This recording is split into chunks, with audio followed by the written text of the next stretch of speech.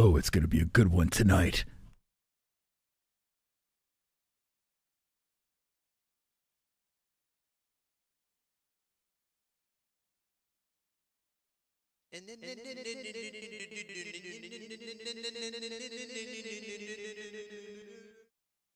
Fook off, Fook Friday. We gonna drink, smoke, Fook on a Friday. Fook off, Fook Friday. We gonna drink, smoke, Fook on a Friday. Fook off, Fook Friday. We gonna drink, smoke, Fook on a Friday. Fook off, Fook Friday. We gonna drink, smoke, Fook on a Friday. MMA on a Friday. Boobies on a Friday. Rap on a Friday. Fook off, Fook Friday. I can rub my nipples to this sexy little beat. Me reading the news, it makes your chode wanna skeet. Watching MMA makes my knees so weak. Points to JBH, mission complete. Fook off, Fook Friday. We gonna drink, smoke, Fook on a Friday. Fook off, Fook Friday. We gonna drink, smoke, Fook on a Friday. Stop the point scheme right now. It's time to spin the Fookin' wheel. Fook off, Fook Friday. We gonna drink, smoke, Fook on a Friday. Fook off, Fook Friday. We gonna drink, smoke, Fook on a Friday.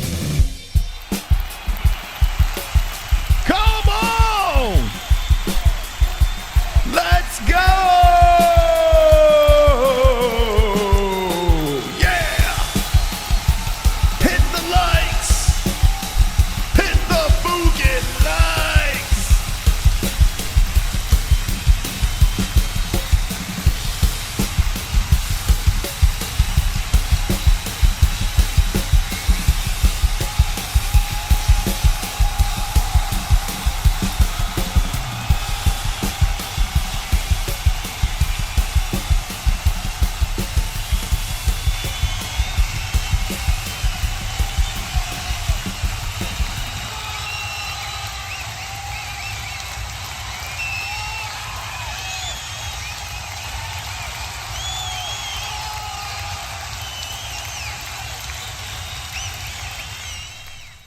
Wonderful. Welcome to Fook Off Friday. How's everyone doing? It's Friday night. It's the night before UFC 290. We're here hanging with the boys.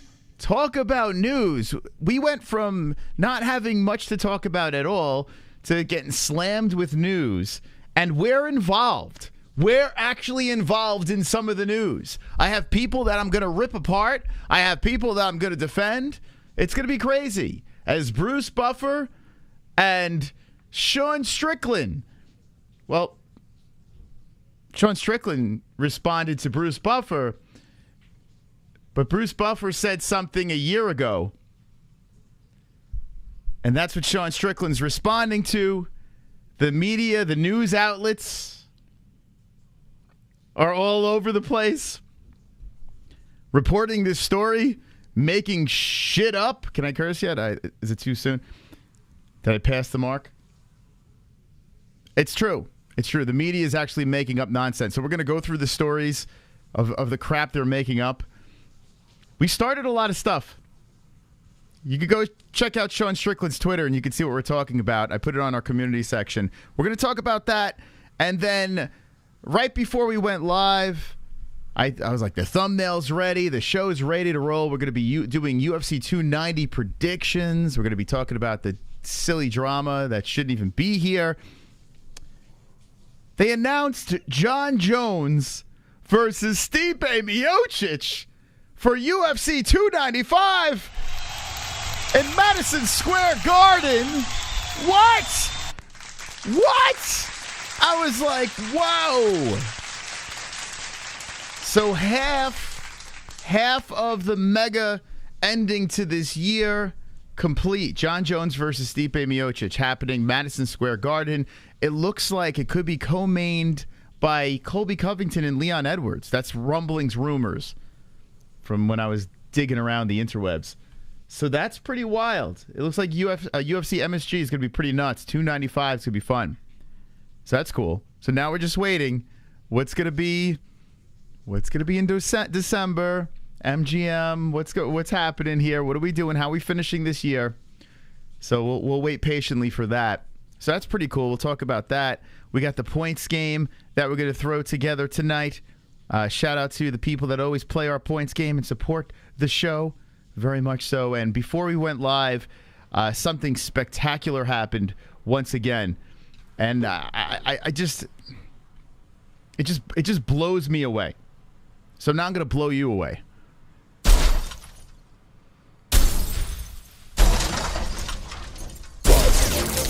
DRESS dropped the $500 bomb before we went live.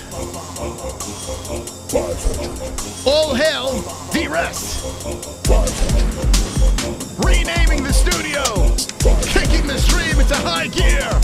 $500.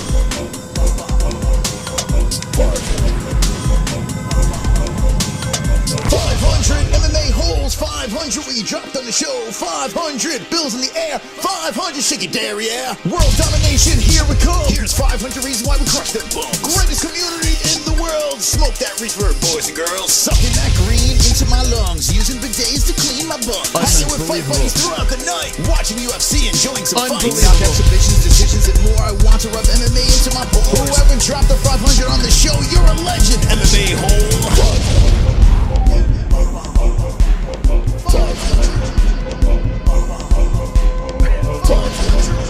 500.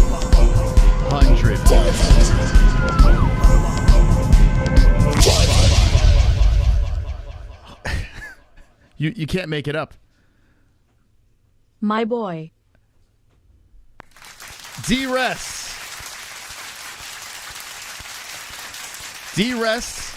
renames the studio, and that's right, with a $500 donation, you get to rename the studio to whatever the hell you want. That's what we're going to yell out in the beginning of our streams. The My Boy Studios of Arizona. DRESS, you are absolutely wonderful. One of the greats, and literally keeping us alive over here. I love that.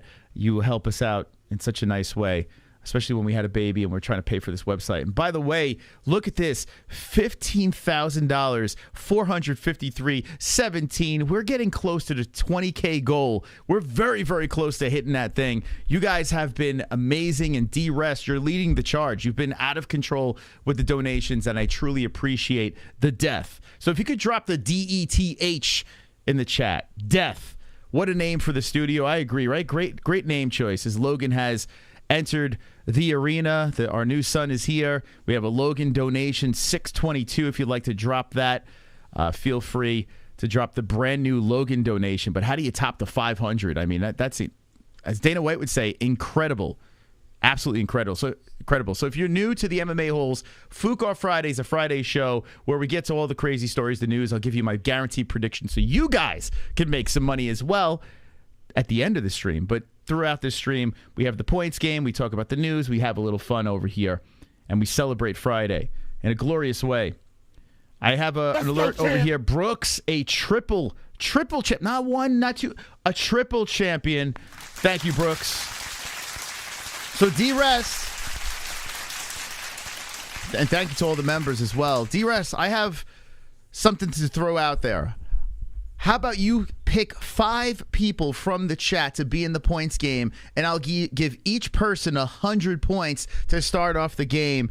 Death, rest, in the chat. If you're available, let us know who you want from our community to play in the points game. Would you like to put yourself in there? Would you like to put someone else in there? We're going to rock this points game tonight on a high note. 5 people from the chat, 100 points apiece. Who wants to be in the game? Let's see if DRESS... Let's see what he's got here. Let's see. What a way to start the show. DRESS kicking it into overdrive with a $500 donation. And we're going to see if he can pick 5 lucky contestants from the chat to be in the game. You win the points game. You have a chance to get something from the MMAHoles.com.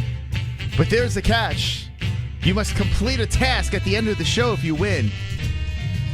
Become an instant celebrity. If you complete that task, well, the prize is yours. And you're a champion. So who does DRESS want to be? in the points game. 5 players, please. Must be in the chat. I see Steven Joe would like to be in. It looks like the Knitter would like to be in this game.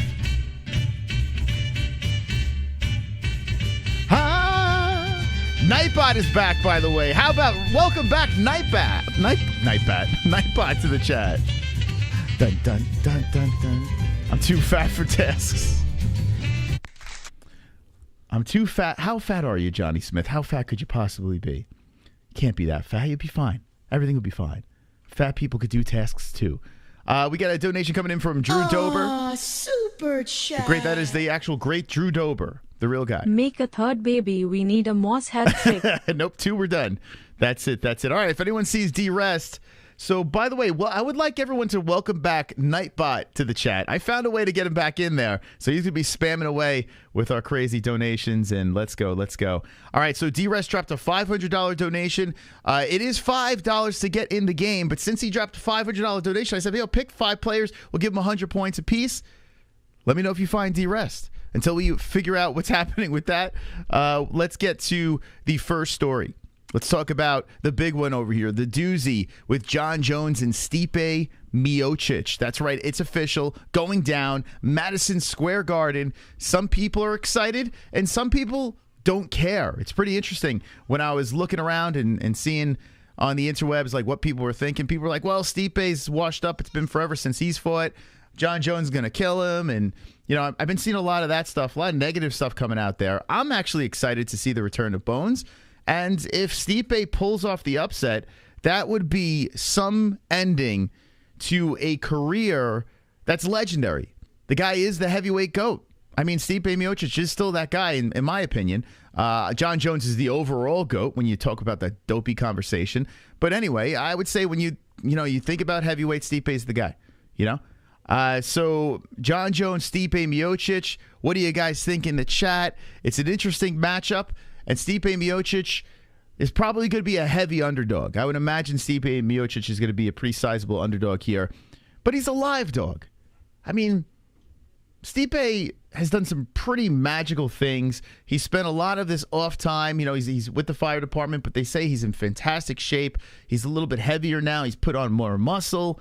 And the guy can wrestle. The guy can strike. His fight IQ is pretty high.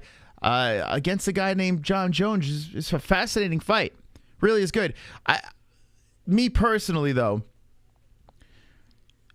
I would have rathered, of course, just as an MMA fan, give me the young, hungry guys. Give me the Pavlovich. Give me the Almeida.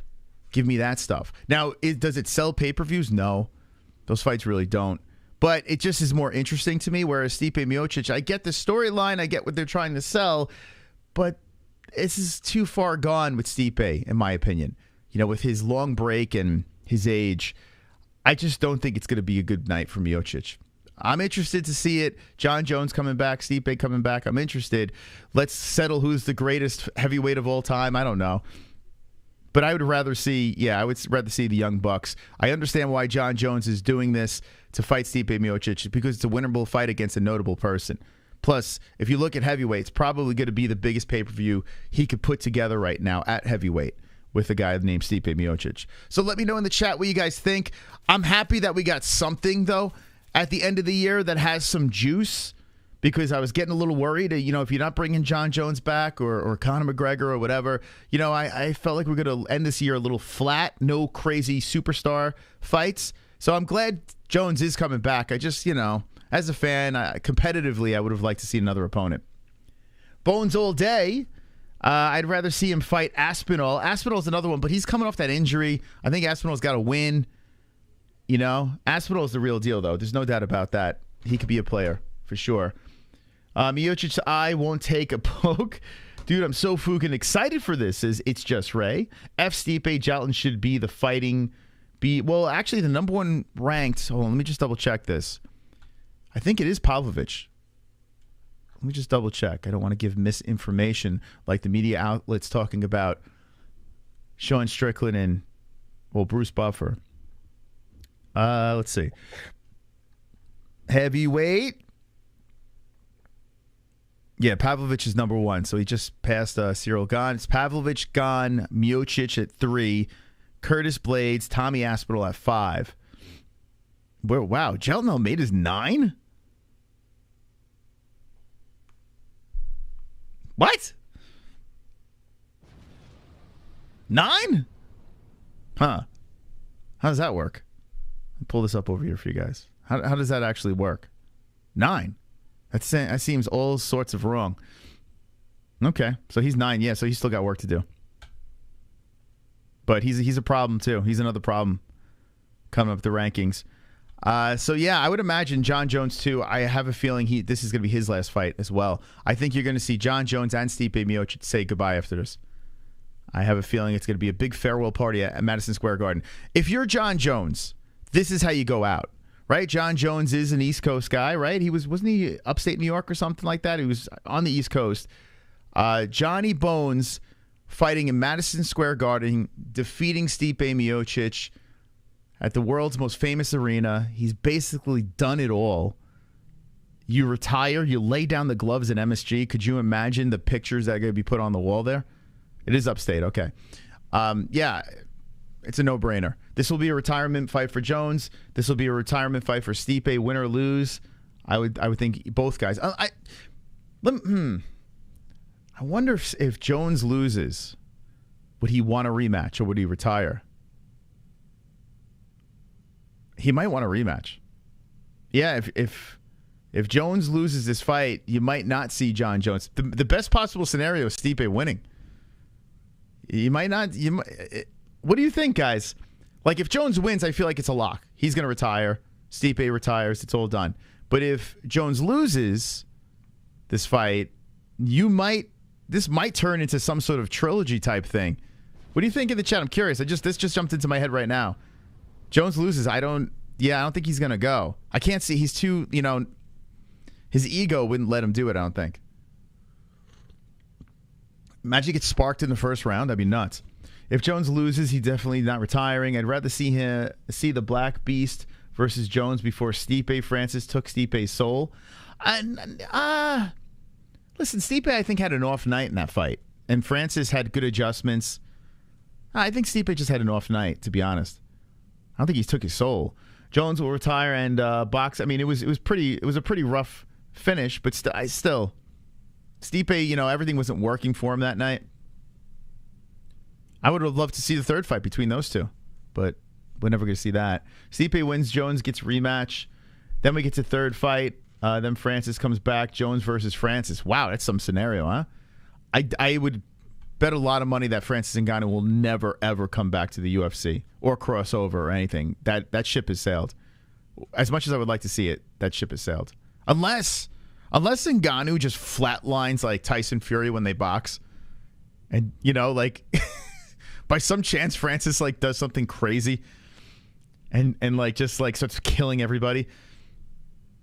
Then you never know, because then money talks, Now there's going to be a crazy interest in something, but I don't think that's going to happen anyway. We got an alert coming in over here, and here we go, the brand new donation. The Logan donation. Duck, duck, moose. Hey, I need a little help over here. Come on. I got some shit in my diaper, and I need someone to fucking change me. Logan, I've got knives in my hand. Logan, I'm a feral angry man. What do I gotta do around here to get myself a tit? I'm starving. Don't look at my sister that way. I'm warning you, bub. Logan, I've got knives in my hand. Logan, I'm a feral angry man. Logan, I've got knives in my hand. Logan, I'm a feral angry man. Let's go. Who the fuck is Logan Paul? Let's go, baby. Duck, duck, moose. The Holes love ya. Logan. Look at that. What a nice... The first person to do it on the main channel, Duck, Duck, Moose, with a 622 Logan donation. Thank you very much.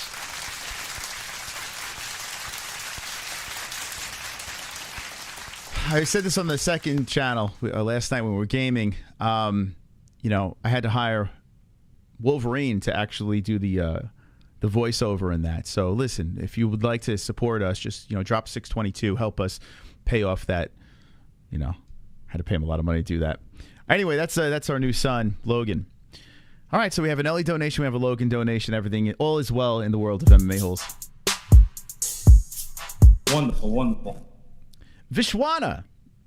I know that I have been absent, but the truth is I ran away with Nightbot. I thought he loved me, but that pile of scrap was fapping to pics of and behind my back. Well, you can have him. I'm going to get John to poke me in my brown eye. Well, thank you, Vishwana, and it's good to see you back. You're back. Nightbot is back. This is a big night for us here on the MMA Holes. Some people were complaining about the Vishwana voice, and I just I was shocked. I was shocked to see this. So Vishwana, if you've read any of those comments, just disregard them. I still love you tremendously, and thank you for the $2. So we were talking about Jon Jones versus Stipe Miocic. I just want to address Duck Duck Moose. You're in the chat right now. You want to get in the points game, bud? I mean, what are we doing here? You dropped over $5, so let's get you in the game. D-Rest dropped 500. I said put 5 people in the game. We'll give them 100 points apiece, but the D-Rest is a no-show. I mean, that's a beast move to just drop $500 and just ghost us. Like, that's craziness. So thank you, D-Rest. But if you find him in the chat, we'll throw him in the game. 5 players. But Duck Duck Moose, you want to jump in this puppy? Let me know. Let me know. Let's see. Duck Duck Moose. What's up, Bro Plata? How you doing? I see Bro Plata added Pulse. So go check out Bro Plata's channel with the great Pulse Reloaded. By the way, Bro Plata, did you know the origin of Pulse's name? I won't say it here. Ask him on your show. ask the origin of Pulse's name. It's got quite the backstory of his name. It's evolved. It's evolved throughout the years. I don't know to put me in. Drew, you did $2. You gotta do the $5 and up, baby. All right, Duck Duck Moose is coming in. Okay, yeah. You'll like the origin. Pulse better not lie about it. It's a great origin story. Okay, so here we go. Let's do this. Let's go like this, dude. I'm fired up. So I've been a little hard on UFC 290 when it comes to is it worth the $85. But we buy all the pay-per-views, so I'm going to move away from saying, oh, it's not worth it, this and that. I'm moving away from that because I'm going to enjoy the event. I'm going to pay the $85. I'm going to watch the event, and I am excited about the matchups. I did not see the face-offs or the weigh-ins or any of that stuff. So towards the end of this stream, when we do our predictions, we'll look at the ceremonial weigh-ins. We'll react to it live because I didn't see it, so it'll be brand new for me. If you saw it already, well, you're going to see it again with me. I'm going to give you some locks. We're going to do some predictions. But let's wrap up this Jon Jones versus Miocic thing because I do want to dive into the story of Bruce Buffer and Sean Strickland that we're intertwined in. I definitely want to get into that with you guys on the main channel. I touched on it a little bit on the second channel, but I did not think Sean was going to put a tweet out today. So that happened. You're not supposed to say anything, Pulse. You could say it live on Bro Plata. You can write me a pay-per-view money off your taxes because it's a business expense. I do. Yeah, trust me, I do. Everything that I spend on our business credit card, yes, is a write-off. Yes, I do that. But there are only certain things I've learned with running a business. There's only certain things you really can write off at the end of the day. It's a tricky, complicated thing, but we have a good accountant that helps us out with that. But yeah, I do. I do write that off. In fact, I put a big-ass logo on my car to write off gas on my car. I put a big-ass MMA Holes logo, so I stick out like a sore thumb. And it was interesting when we did the cross-country trip and people started recognizing the car, So, yeah. Write off the CBDX and see what happens. Yeah, I don't think we could do that. Yeah, I'm pretty sure. Yeah, I can't do that. I would. Mike H drops the new dono. Hey, I need a little help over here. I got some shit in my diaper, and I need someone to fucking change me. Logan, I've got knives in my hand. Logan, I'm a feral angry man. What do I gotta do around here to get myself a tit? I'm starving. Don't look at my sister that way. I'm warning you, bub. Logan, I've got knives in my hand. Logan, I'm a feral angry man. Logan, I've got knives in my hand. feral angry man. Who the fuck is Logan Paul? My kids are going to hate me. As they get older, they're going to seriously hate me. Mosyovi brother, flexed biceps. Let's go. Let's go. Let's go. I've been slacking, guys. I have not been working out. It's been bad. I've been so into this show, too much into the show, creating shit, and it's I gotta hit the fucking gym. And then we got 2 kids now, and I gotta play daddy as well. It's fucking nuts. But anyone having problems trying to hit the weights and stuff like that, stay in shape, it's tough, man. Your kids are gonna hate you or love you. Yeah, you know what was cute? I spoke to my nephew today. My nephew is only 8 years old, and I was asking him, what do you want to do when you grow up? And by the way, Mike H., you want to get in the game? Actually, hold on a second. Before I get into my family story, and then Sean Strickland and Bruce Buffer, let me do this really quick. So Duck Duck Moose is in the game. I got to give him, since he donated the 622, so I'm going to give him a point because it's over the 5. He's got 1 point. Okay, so he's officially in there. Now, Mike H., you want in the game? Let me know if you want in the game. You did over. Now, remember, guys, when you donate and you're in the game or you want to donate to people in the game, say points to a specific person so that person gets the points next to their name, okay? I did leg day once and I couldn't walk again. I hate leg day. Dude, leg day is the worst. You know what I'm starting to do now? I'm like, leg day is riding a bike. I attach my daughter to the back of the bike. Not like, I don't drag my daughter. Well, I kind of drag my daughter, but she's like in a little cart that I got hand-me-down from a neighbor. And I pedal around in my little fucking fold-up bike with my daughter in the back, and I'm like going up hills with her. I'm like, that's my leg workout. I hate it. I hate squats. I hate all that shit, man. I literally can't stand it. So Mike H., it looks like you won in the game. Okay. God Black Belts. You are in the game. We got a tie. We got a tie, Mike H., since you did the exact same donation over here. I truly appreciate your contribution. And let's put Mike H. here. So we went old school with the points game.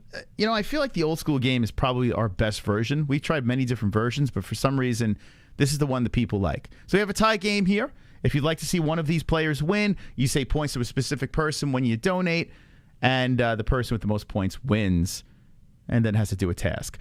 Let's see. Your wife is your mother. Yeah, so what was I saying? I was saying something. Oh, about my nephew. Yeah, so I was talking to my nephew. I was like, what do you want to do when you get older? You want to be a doctor, a fireman, a cop, you know, an actor, movie star, I don't know, musician, whatever. What do you want to be? An athlete? What do you want to be? He's like, I don't know. I'm like, you want to work for your uncle? You want to work for Uncle Chris? And then Jesse was like watching the replay of our gaming stream, and I flipped the camera around. I'm like, listen, just saying, couple years. Porn star? No, I don't think he wants to do that. But who knows? Who knows? Down the road. And then he lit up. He's like, well, maybe. So we might have my nephew. He might be part of the show. It's going to be a whole family affair. You know, the kids, the nephews, it's going to be like slave labor over here. I'm going to be working them like animals. All right. Let's move on from Jon Jones and Stipe Miocic. Actually, I'll put a poll in the chat. See who wins. I mean, it's going to be a dumb poll, but I would say 20% is probably going to say Stipe, but, you know, whatever. I'll put it in anyway. Who wins? Early predictions. Everyone loves early predictions, right? That's why everyone makes those videos. Our next segment is going to get pretty cringy. So I want you guys to hit the like button, please. Hit the like button. Because we're going to talk about Bruce Buffer and Sean Strickland, a war we have started. And we're going to finish it. Okay, who wins? Jones. Stipe. Okay. Let's ask the community. Okay. Here we go. Let's put that in there. Strickland is my spirit animal. Okay, so a couple of things. Let me just start with this.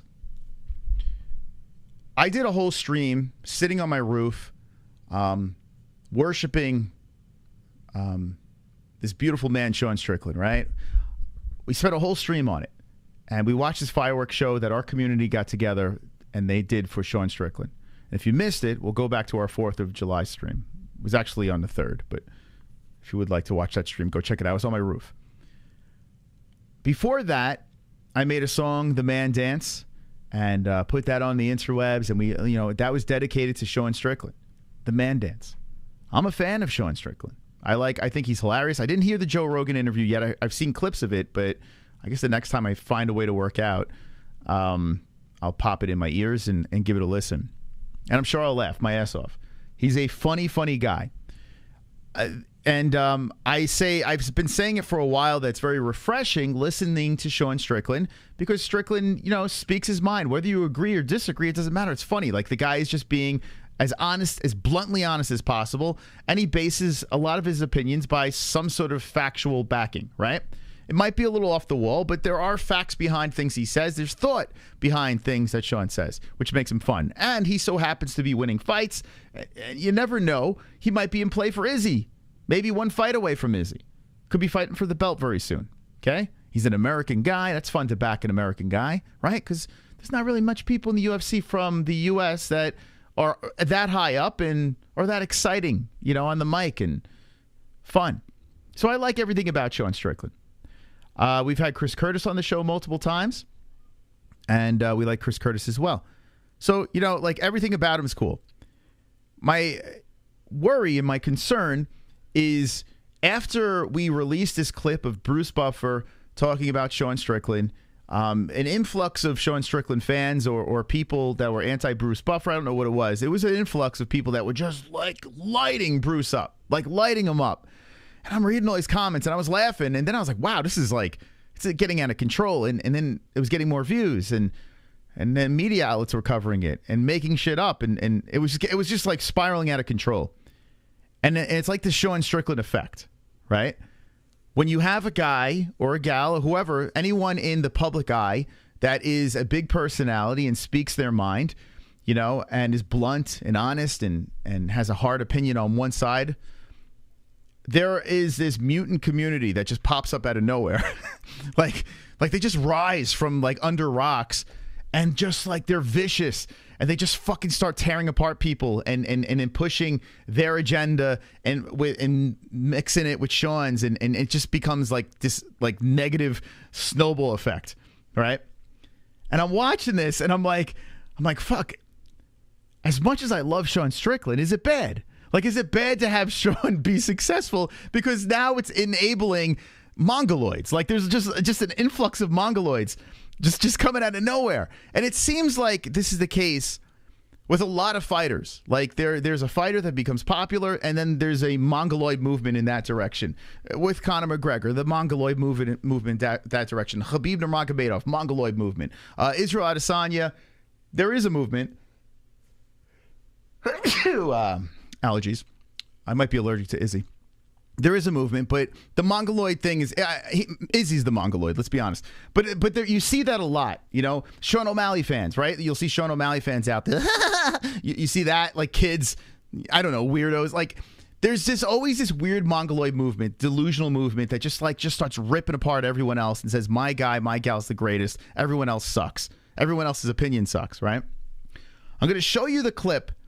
And I want to get your opinion on this, what you guys think. And most of you probably have seen this already. It's got a decent amount of views, so I'm assuming a lot of you have seen this. Even if it wasn't from our channel, people are clipping it. Some people aren't giving us credit for it, but whatever. And the people that are giving us credit for it, I appreciate that. But it doesn't matter. It's all taken out of context here. But so of course, now this interview was from August of last year. And before that, I had Bruce on 2 years before that. I don't like harassing Bruce too much. We'll say happy birthday to him.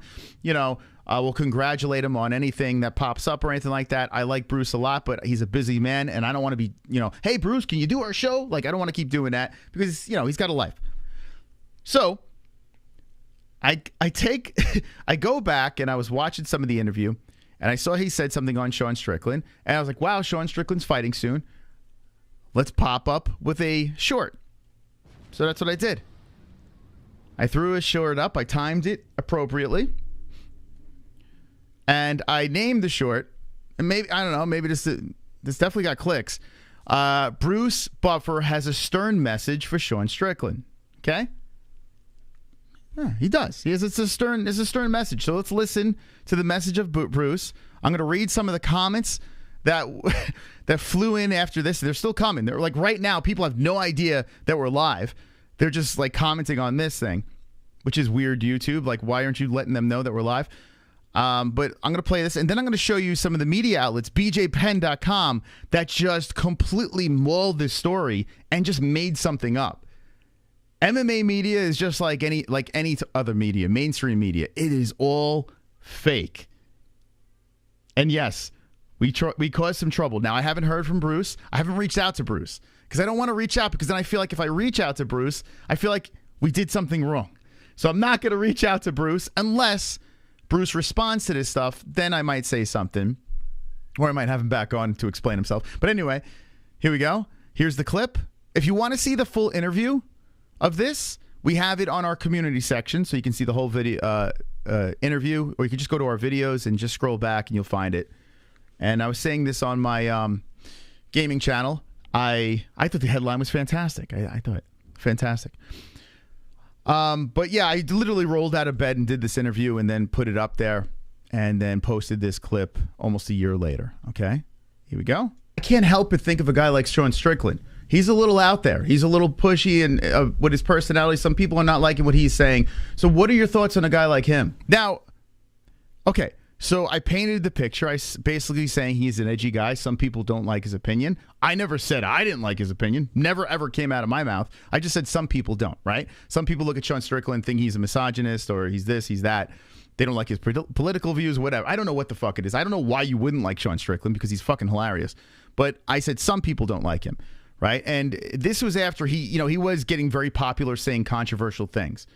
So here's Bruce's response. I said it earlier. Handle yourself with class. Right. I have nothing against Sean. He hasn't said anything bad to me. Somebody says something to me to my face, then they have to deal with it. I have to deal with it. And I'll deal with it the way I see fit. Right. Don't talk bad to me. Don't talk down to me. Don't put your hands on me.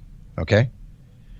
Sean said Sean handles himself the way he handles himself. I say, Sean, check yourself before you wreck yourself.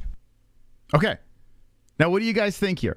I'm gonna play it one more time here so we can digest this. Okay. Now, the tone in Bruce's voice, if you listen to the entire interview, it goes up and down because I ask him really goofy questions throughout the whole thing. But he was pretty lighthearted. But then there was times where he's like, okay, no, this is my opinion. And there was a thing where, in both interviews that I had with Bruce, he's like, do not put words in my mouth, right? I'm very good at this. I'm very good at getting people to say things. You know, like I don't know why I mumble through my fucking, I stumble through my questions, but somehow I find ways to get people to say things that I can clip. And it's not even like that I'm trying to throw them under the bus. It's just I want them to speak their mind. I want them to be as honest as possible. That's all I ask. I'm not asking for them to say something controversial or anything like that. I just want to know their honest opinion. That's how I do all my interviews. And a lot of my interviews, I could always get shit out of their mouths. So this over here is interesting, right?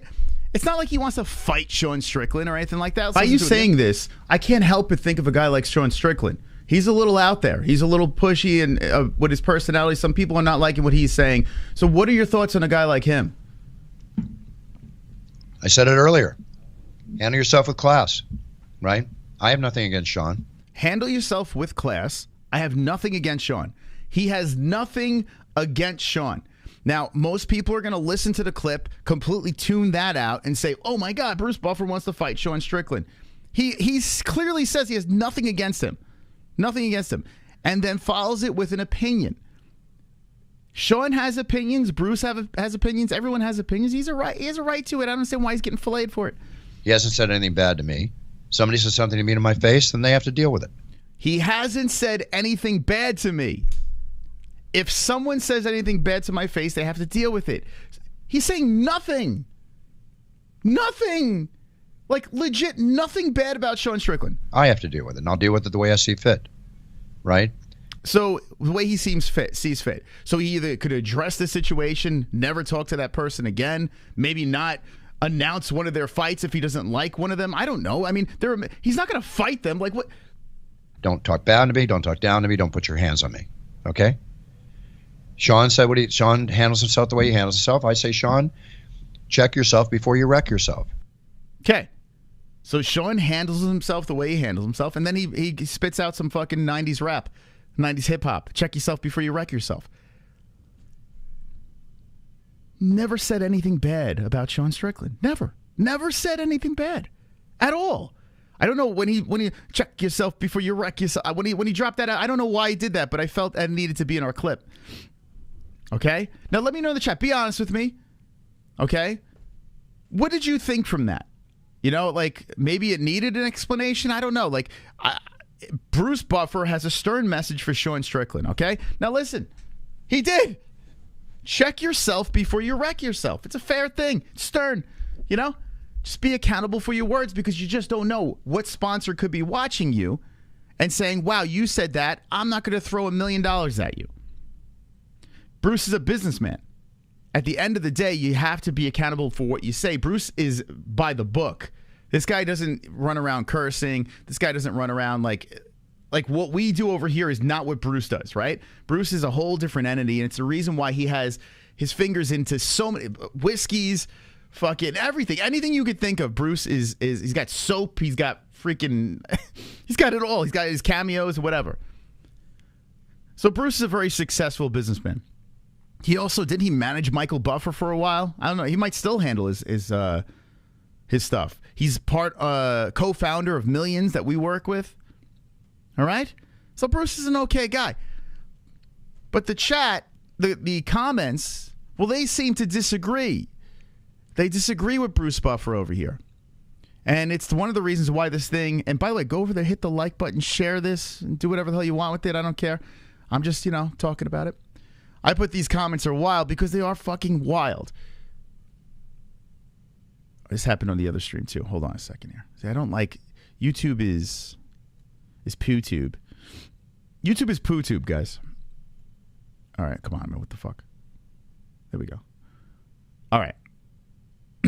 So let's go through some of these comments over here, and then I'm going to read to you. Okay, we'll go to the most recent, newest first. Yeah, it still doesn't want to sort that. 208 comments on this thing. Okay, Buffer is a legend inside the octagon, but the more I hear him talk outside of the cage, the less I respect him. Does anyone else feel like that? Like, what is he saying? Maybe he is saying something outside of the cage that you don't like. I mean, it's fine. You have every right to not like a specific personality.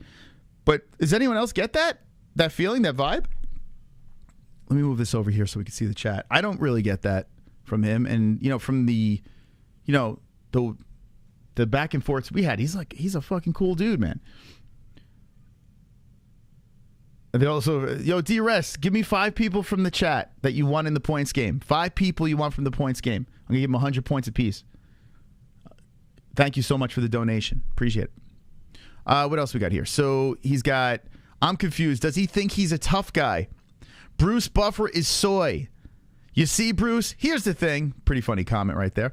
Sean literally has the balls to say whatever every man says behind closed doors. It should be rewarded. We have a First Amendment for a reason. Bruce acts like a robot. I'd rather see someone be how they truly are and themselves.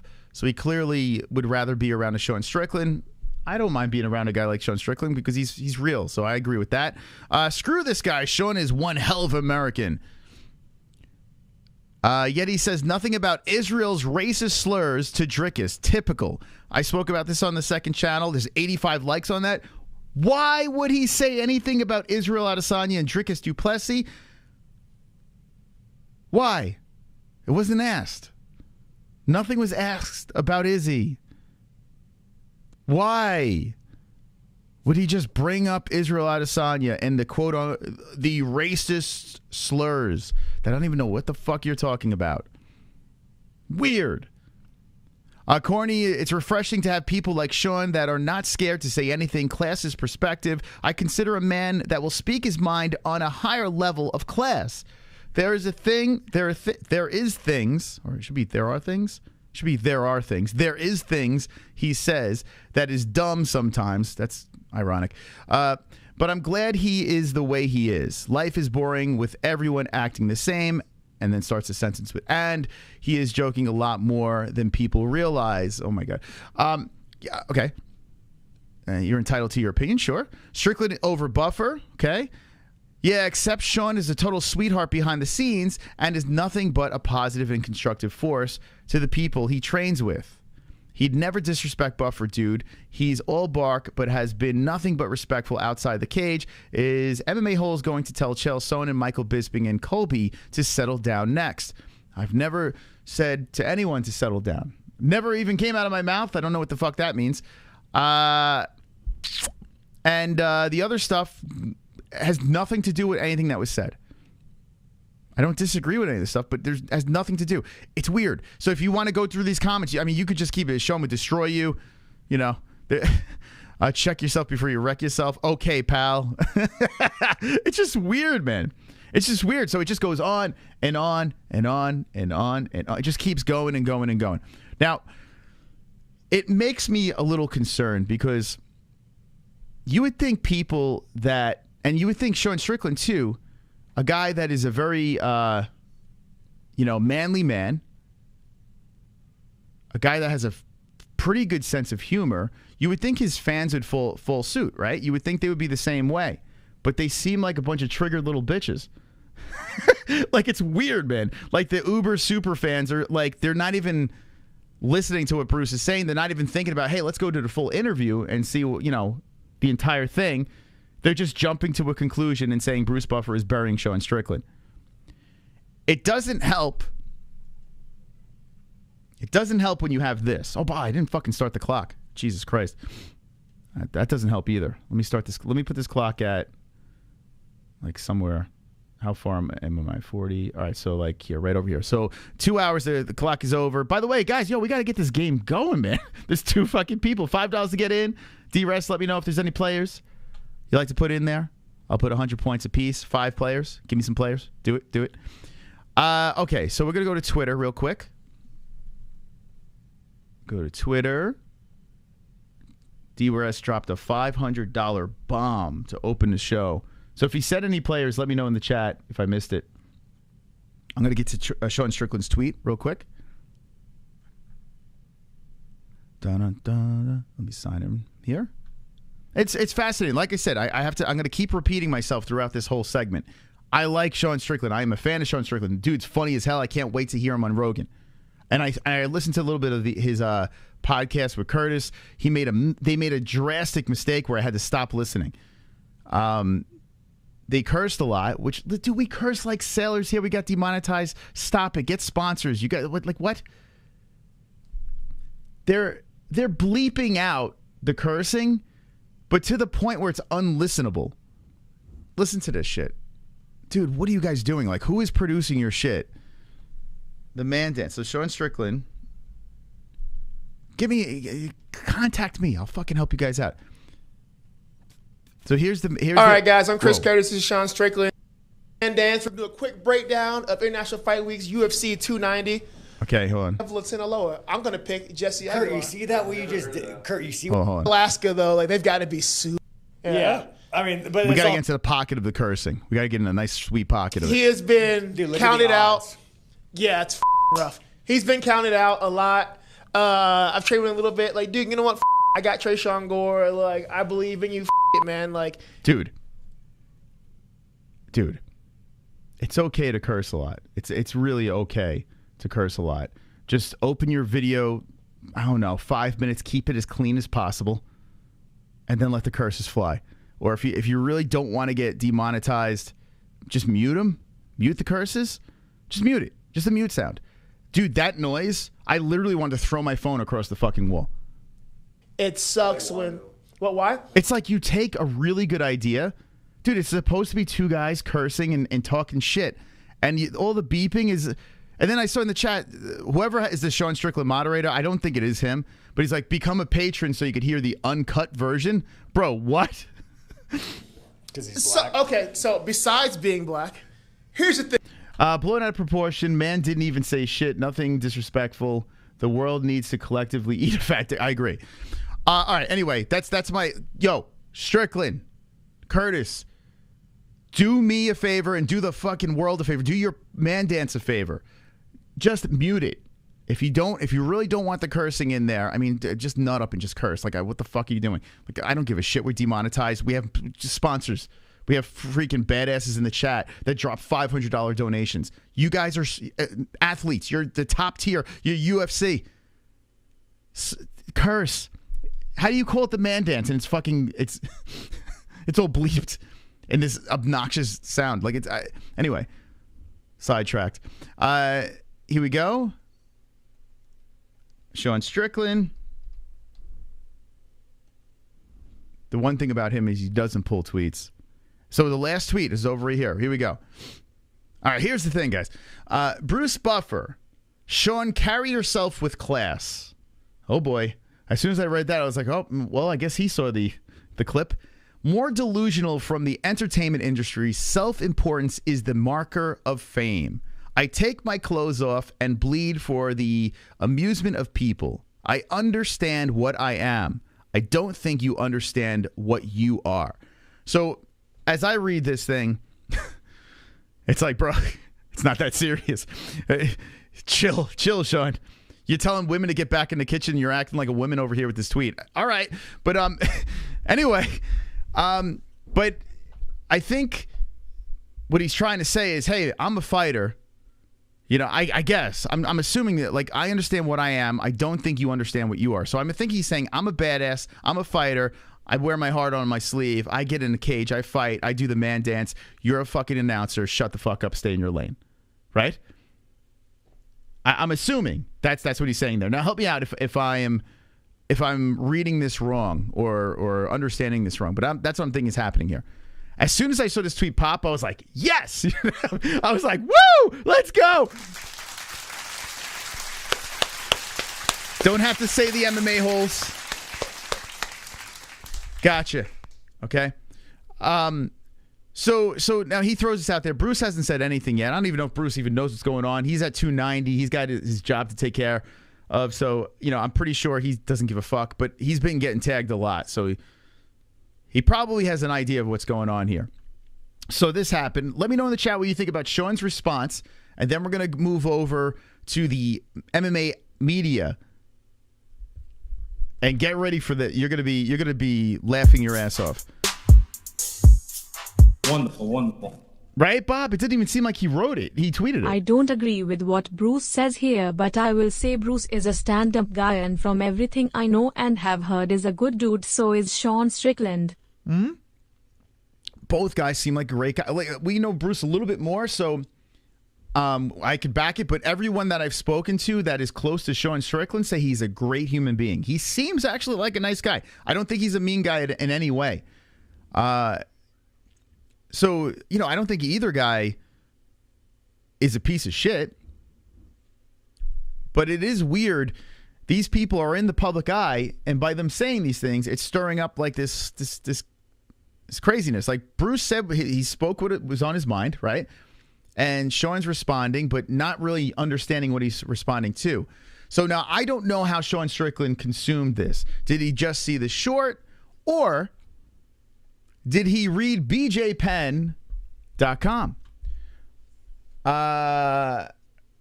Do anything to get your channel mentions during fight week by the media growth. This is a good time to be mentioned, right? International Fight Week. Thank you very much. Thank you. I agree. Well played, Mystic Moss. Well played. How did the media blow it out of proportion? Got you. Don't worry, I'm pulling it up right now. Listen, I got it all for you. We weren't even going to talk about this. I was going to touch on it very quickly when we showed the Sean Strickland tweet, and then that was it.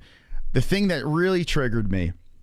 I'm not mad at Sean. I'm not even mad at the fans. Like, I'm happy that the fans are going in there and writing all these crazy comments because it just keeps us in the algorithm. So even if I disagree, I don't give a shit. Say whatever the fuck you want. Like, dislike, share. I don't give it. As long as we're getting clicks, that's all I care about. So let's see. BJPenn.com.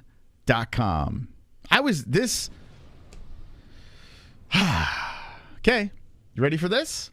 Sean Strickland responds after being told to carry yourself with class by UFC announcer Bruce Buffer. It was just last Saturday, July 1st, that Sean Strickland defeated Abus Magomedov. The TKO, via TKO main event. Okay, blah, blah, blah. Let's get to the good stuff. Sean Strickland likes to make headlines and not in a good way. Controversy usually follows Tarzan. That was his nickname back in the day, Tarzan. Much of it should still be his nickname. Much of it from his own doing. A recent example of his controversial undertakings leading to the Battle of Magomedov, Strickland suggested that women be put back in the kitchen and give up their rights to vote in order to get the country back on track. He did say that, and it's hilarious. It's so crazy and outlandish, and even if he believes that, it's funny. It's a funny thing. Octagon announcer Bruce Buffer took to social media with a message for Sean Strickland. That never happened.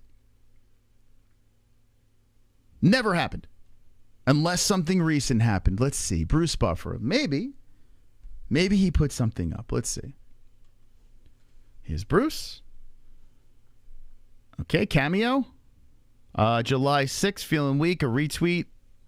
It's time, UFCX, just promo stuff. Nope, never put anything up.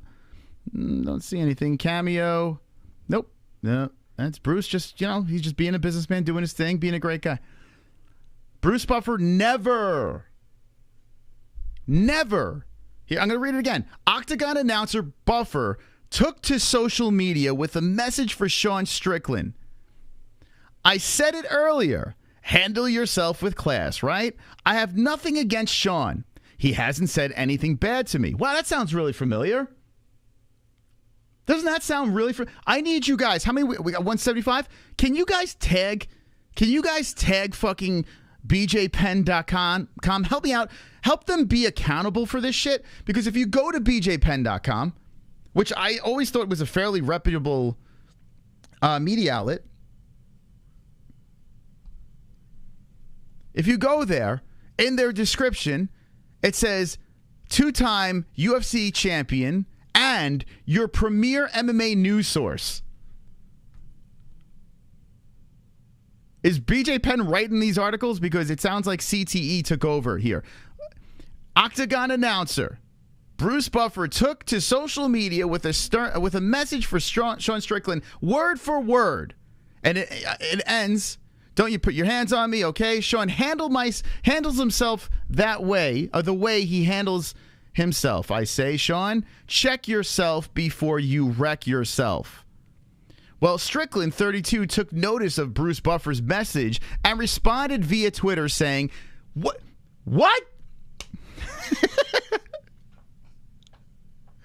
Bro, first of all, where's the credit to the MMA-Holes for putting this story out there, for actually clipping this? Second of all, can you explain it, how it actually happened? You're making it seem like Bruce Buffer does not like Sean Strickland talking about women in the kitchen making America great again, so he took to social media, like you said, and said these things about Sean. Dude, it's so fucked. And we're right in the middle of this shit. Bruce Buffer, Sean, carry yourself with class. More delusional from entertainment industry. Okay, this is Sean Strickland's tweet. Well, in order for Strickland to get the title, he would... Okay, so this is back to... Share your thoughts in the comments section, Penn Nation. Did anyone say, bro, like, what the fuck? Penn Nation. I don't see any comments. Yeah, no one... So when I read this today, I was like, what? July 7th. These motherfuckers have no clue that interview was from August of 2022. People are going to read this and believe this. You're literally slandering Bruce Buffer. Dude, it's nuts. Dude, it's absolutely crazy. There's multiple stories. Like, this is not the only story about it. But we found one here, Low Kick MMA, who kind of got it right. Octagon announcer Bruce Buffer sends ominous warning to controversial UFC contender Sean Strickland. Okay, outspoken middleweight contender Sean Strickland has seemingly gotten under the skin of a longtime Octagon announcer, Bruce Buffer. He didn't get under his skin. What are you talking about? He did not. He didn't get under his skin. Sean Strickland's not under Bruce's skin. I think we could all know. We all watched that clip. Bruce was not mad at Sean. Strickland scored another impressive win Saturday night, dispatching Dagestani standout Abus Magomedov in less than 2 rounds during his fight night headliner inside the Apex. Of course, much of the attention on Strickland last week wasn't regarding his win, but the words that came out of his mouth before it, okay? So here's the put woman in the kitchen story. You know, everyone's trying to spin this. Now, here's where it gets interesting. It's far from the first time Sean Strickland has shared his often controversial and downright vile viewpoints. Wow. Vile. So let me get this straight, low kick MMA. Maybe Sean Strickland should be going after you because you're calling his comments vile. I mean, Jesus Christ. It's not that fucking serious. It's not that serious. What Sean Strickland says, not that. I mean, just calm down. Put women back in the kitchen. The guy's horsing around, and even if he's serious, how do you take that man serious? What's wrong with you? And while some individuals have come to appreciate his unfiltered hot take, Bruce Buffer is not one of them. In a recent video clip shared by the MMA-Holes,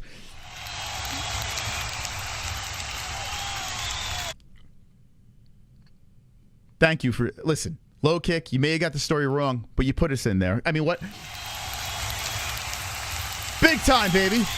Big time. Big time. Buffer delivered a stern message to Strickland when asked about the constant flurry of disrespect displayed by the California native. Come on, the constant flurry of disrespect displayed by the California native? Come on, stop it. Here's the quote from Bruce. And they put the clip in there. What? We're famous, baby. Big time. Sean Strickland discussed MMA fans with his comments. Okay, yeah. Okay, so it's just more backstory. Instead of joining the masses in the morning, Sean Strickland decided to deliver an absolutely classless take on lips passing. Wow. Oh, talk about that girl that died. So low kick is clearly not Team Sean. So once they got hint that there was anything negative about Sean Strickland, they said, let's pounce on Sean. Sean, you should be going after them. You shouldn't be going after Bruce. You don't even know the fucking story. You have no idea what the hell you're talking about. I think Sean Strickland should issue it. One's in the chat if you think, yeah, they try to make a big stink about it. Now listen, we titled it in a way to get clicks. Yes, correct. There's no way around it. There is. What do we title it again? So I can just speak the facts here. Bruce Buffer. Are you saying this? Shh. Chris, I'm talking. Bruce Buffer has a stern message for Sean Strickland. Okay, that's a good clickable title, right? That's our job, right? And hey, I want to hear the stern message. They listened to the stern message and they just completely mauled it. And when you read the article, you can see that they clearly are not big fans of Sean Strickland and his words. So use Bruce Buffer, use the MMA-Holes, and lie. And fucking lie. Strickland's views on women need to be said. He's like a superhero from the 40s. And if you're just jumping into the stream, guys, listen. I need you to clip this and share this shit. I need you guys to help us out here. We need a fucking movement here. Like there are misinformation being spread around the interwebs, but we can't get the word out. We can't get the truth out without you guys. So at the MMA-Holes, tag us on Twitter, Instagram.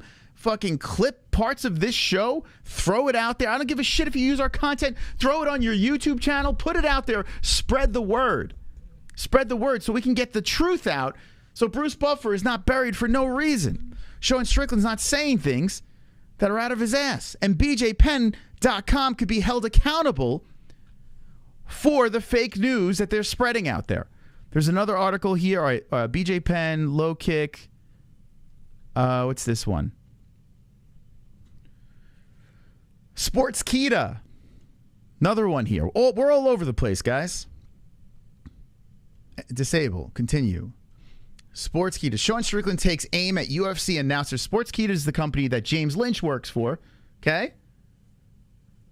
Yeah, use it, baby. Clip it, tag the fighters. I don't give a fuck. Use our content, man. Just throw it out there. Throw it out there. Just give us credit. That's all I ask. Put in like your title or description. The MMA-Holes said this, or I don't know. Fucking knock yourselves out. We have so many hidden gems on this channel, whether it's interviews, whether it's news stories, breaking news, hot takes. We got so much information. Fucking throw it out. Full Mount MMA did mention the MMA-Holes at least. Yeah, they did mention us. They got the story wrong, but they mentioned us. So I can't go full crazy on them. I don't think these guys mentioned us. Sportskeeda. Shame on you, James Lynch.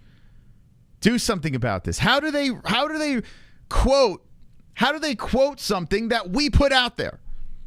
Shame, Sportskeeda. Shame on you. But Sportskeeda has they've tagged us before in things. So this is weird that they didn't tag us. Let me scroll through and double check. Sean Strickland recently took aim at voice of the Octagon, Bruce Buffer, after reflecting and okay, hold on. Bruce Buffer, after reflecting on advice he tried to give him. Okay, that's actually not bad. Strickland took to Twitter and quoted a message that Buffer gave him, with essentially implied how the middleweight should conduct himself. Tarzan mentioned the UFC announcer noted that he should be classier because of his... Okay, so here's Sean. Okay, that's his thing. It remains to be seen on whether Bruce Buffer will respond of if both, or it should be or. Respond or if both. They put of if. Sportskeeda is very good at typos. Or if both he and Tarzan disagree. How do you have typos in these outlets? Like, don't they have like editors? Who the fuck's editing? How's that slip? I'm a knucklehead if I'm noticing it. Anyway, so they have a short and sweet story. They don't really twist it too much. I will give them credit for that, but disrespectfully taking quotes from our interview. Boo you! Boo! Boo! Boo! Unleash Logan! Unleash him! Hey, I need a little help over here. I got some shit in my typer, and I need someone to fucking change me. Logan, I've got knives in my hand. Logan, I'm a feral angry man. What do you want me to do around here to get myself a tip? Come on! I'm starving. Don't look at my sister that way. I'm warning you, bub. Logan, I've got knives in my hand. Logan, I'm a feral angry man. Logan, I've got knives in my hand. Logan, I'm a feral angry man.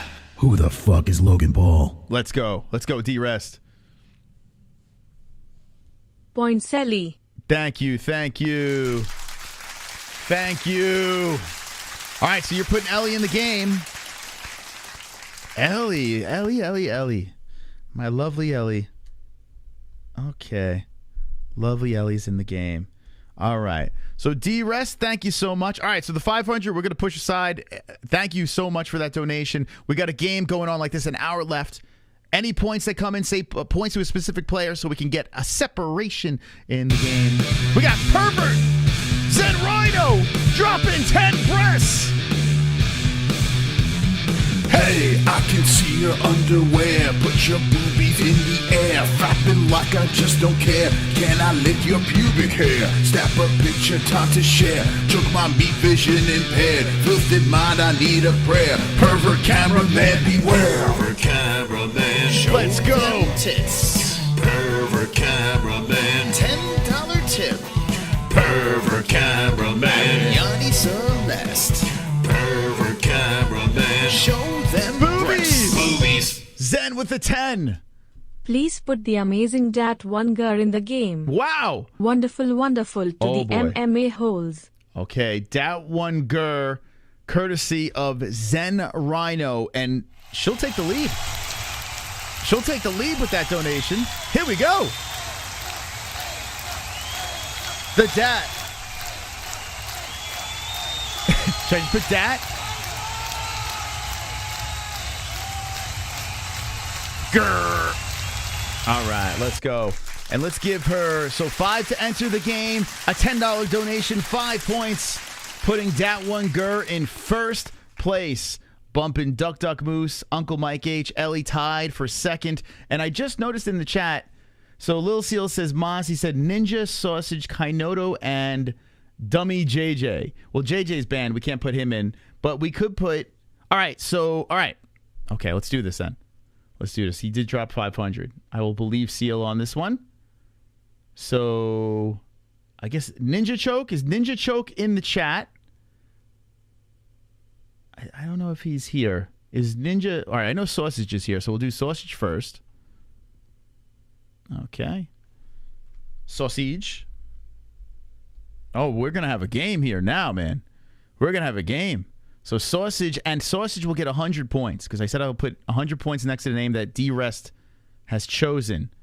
So 100 points. Massive, massive Sausage lead over here. So that moves everyone down this way. Okay, hold on a second. That one, Gurr. If Ninja is Ninja in the chat?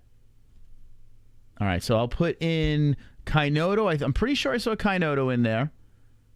So we'll put Kainoto in here. Okay, here we go.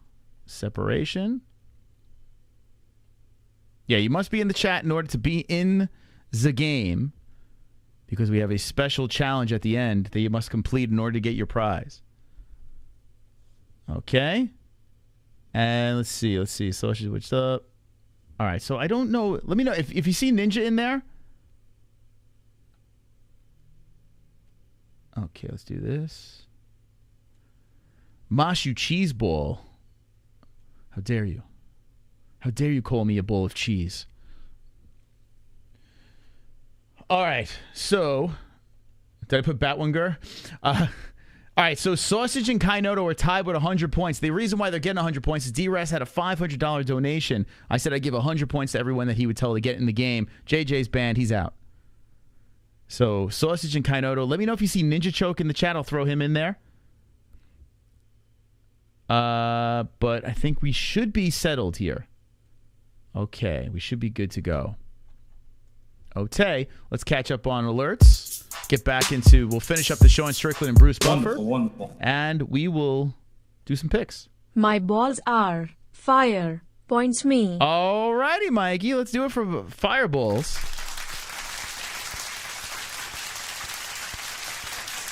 Mike H with the fireballs. Giving him 3 Vukin points. Moving him up in the rankings. There we go. Okay, so Duck Duck Moose and Ellie are at the bottom. Mike H with the 3 points. Datwinger 5. Kainoto and Sauces with 100 points. What a game here. Okay, this is exciting. All right, we got some movement now. I like this. Ah, super. We got movement. We got some bowel movements. Damn Sausage. Susan Cox got triggered by Sean saying women back in the kitchen and used Bruce's quote to push her feminist gobbledygook. Get the facts straight, Susan. Who is Susan Cox? Who's that? Who the fuck is that guy? Susan Cox. I don't even know who that is. Susan Cox. That sounds like a porn star. There's a lot of who is Susan Cox? Is it her? Utah? Yeah, I don't know who that is. Who? Anyone know? Her dad runs Cox Cable. Casey Jones gifted a double champ. Let's see who's got that. Thank you, Casey. Muchos gracias. By the way, hit the like button. I appreciate all the likes coming in. Thank you. Thank you. Thank you for the likes. Susan Cox. Jess, you know who Susan Cox is? Didn't she write the BJ Penn story? Oh, did she write the BJ Penn story? Wow, that's good. Oh, yeah, it is. Wow, just got a good memory. So Susan Cox wrote the BJ Penn story. Well, there you go. A woman. Put her back in the kitchen, Sean, immediately. Dude, that's crazy. Susan Cox should definitely 100% go back to the kitchen. She should be fired from her job for spreading misinformation, for slandering Bruce, for not giving us credit, for just misleading the audience. Susan Cox.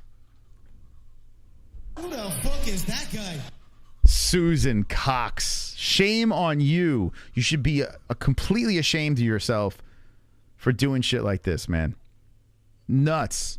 I mean, it's nice to be in the center of controversy, but at the same time, I don't want people to I don't want Bruce to get dragged into something he doesn't deserve to be dragged in. It's silly. You know? He's too nice of a guy to be playing around with this silliness. Sean Strickland could play with it. You know, Sean doesn't fact check. he just reacts. So that's Sean. Anyway, all right. So I don't really have much more to say about this. Give me final thoughts on either Jones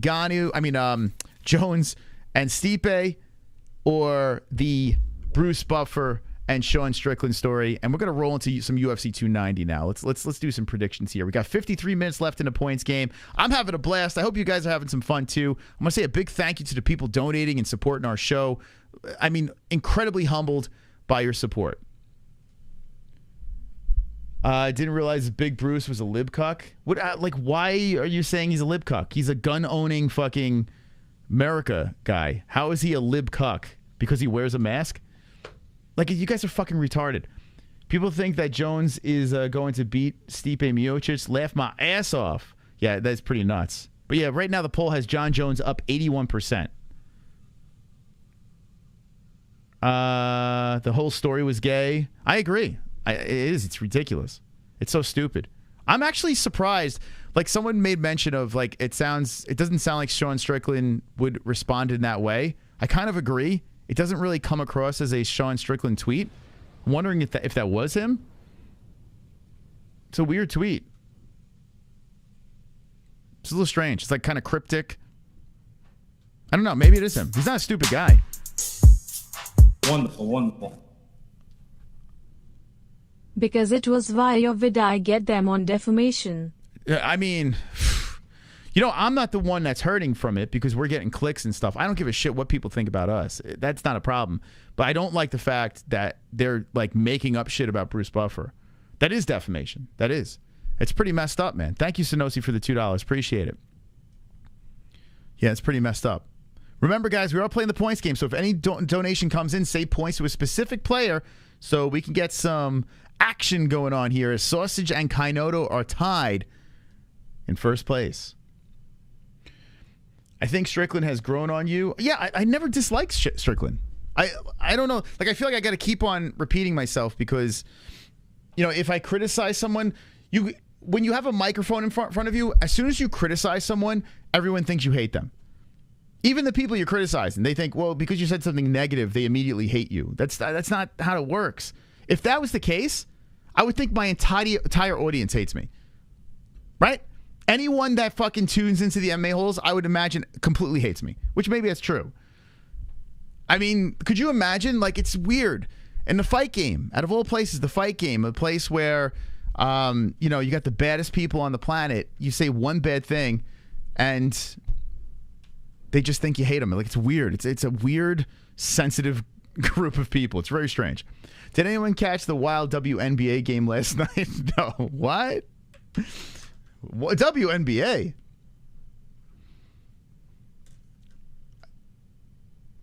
WNBA? What? Did you just say WNBA? By the way, Power Slap is tonight. I actually thought about reacting to it, and then I was like, can't do it. Can't do it. I just can't. I don't know. I need something to lure me in. You know, I need something to make it more interesting. Then I don't know. So let me know if anyone's watching Power Slap. If it starts getting good, let me know. Maybe I'll jump in on that. So points game is back to the old ways, Sonosi. We're back to the old ways here as D-Rest came in with a $500 bomb. So I said anyone that he wanted in the game, I'm going to give 100 points a person. Basically, person with the most points wins. At the end of the night, if you do win the points game, you do have to complete a challenge, though. And that's the catch. In order to get your prize, you have to complete a challenge because I want to get to know the community a little bit. I want to have a little fun, and I want to bring some vintage stuff back to the show. So if it's points to Mystic Moss, I'll do the challenge. But if it's points to someone that is in the game from the chat and they win, they got to do something at the end of the night. So if you want to see someone do something goofy, glove touch he chickened out the glove touch last week. He won the game but chickened out, so did not collect the prize. It's, you got to complete the task at the end of the night. So if you want to see someone complete a task at the end of the night, got to say points to that player. There we go. Let's see. Sucks at Jack Della. Yeah, so let's talk about UFC 290. Let's go. UFC 290. I mean, let's go for this. Let's talk about it. First off, I didn't see the press conference, but we will show the ceremonial weigh-ins. We're going to play some bets as well. If you guys want to place a bet, I urge you to go to mybookie.ag. There's a couple of reasons why I need you guys to go to mybookie.ag. First off, anyone that goes there and uses that promo code, they get a 100% match on your first deposit. So that's fantastic, right?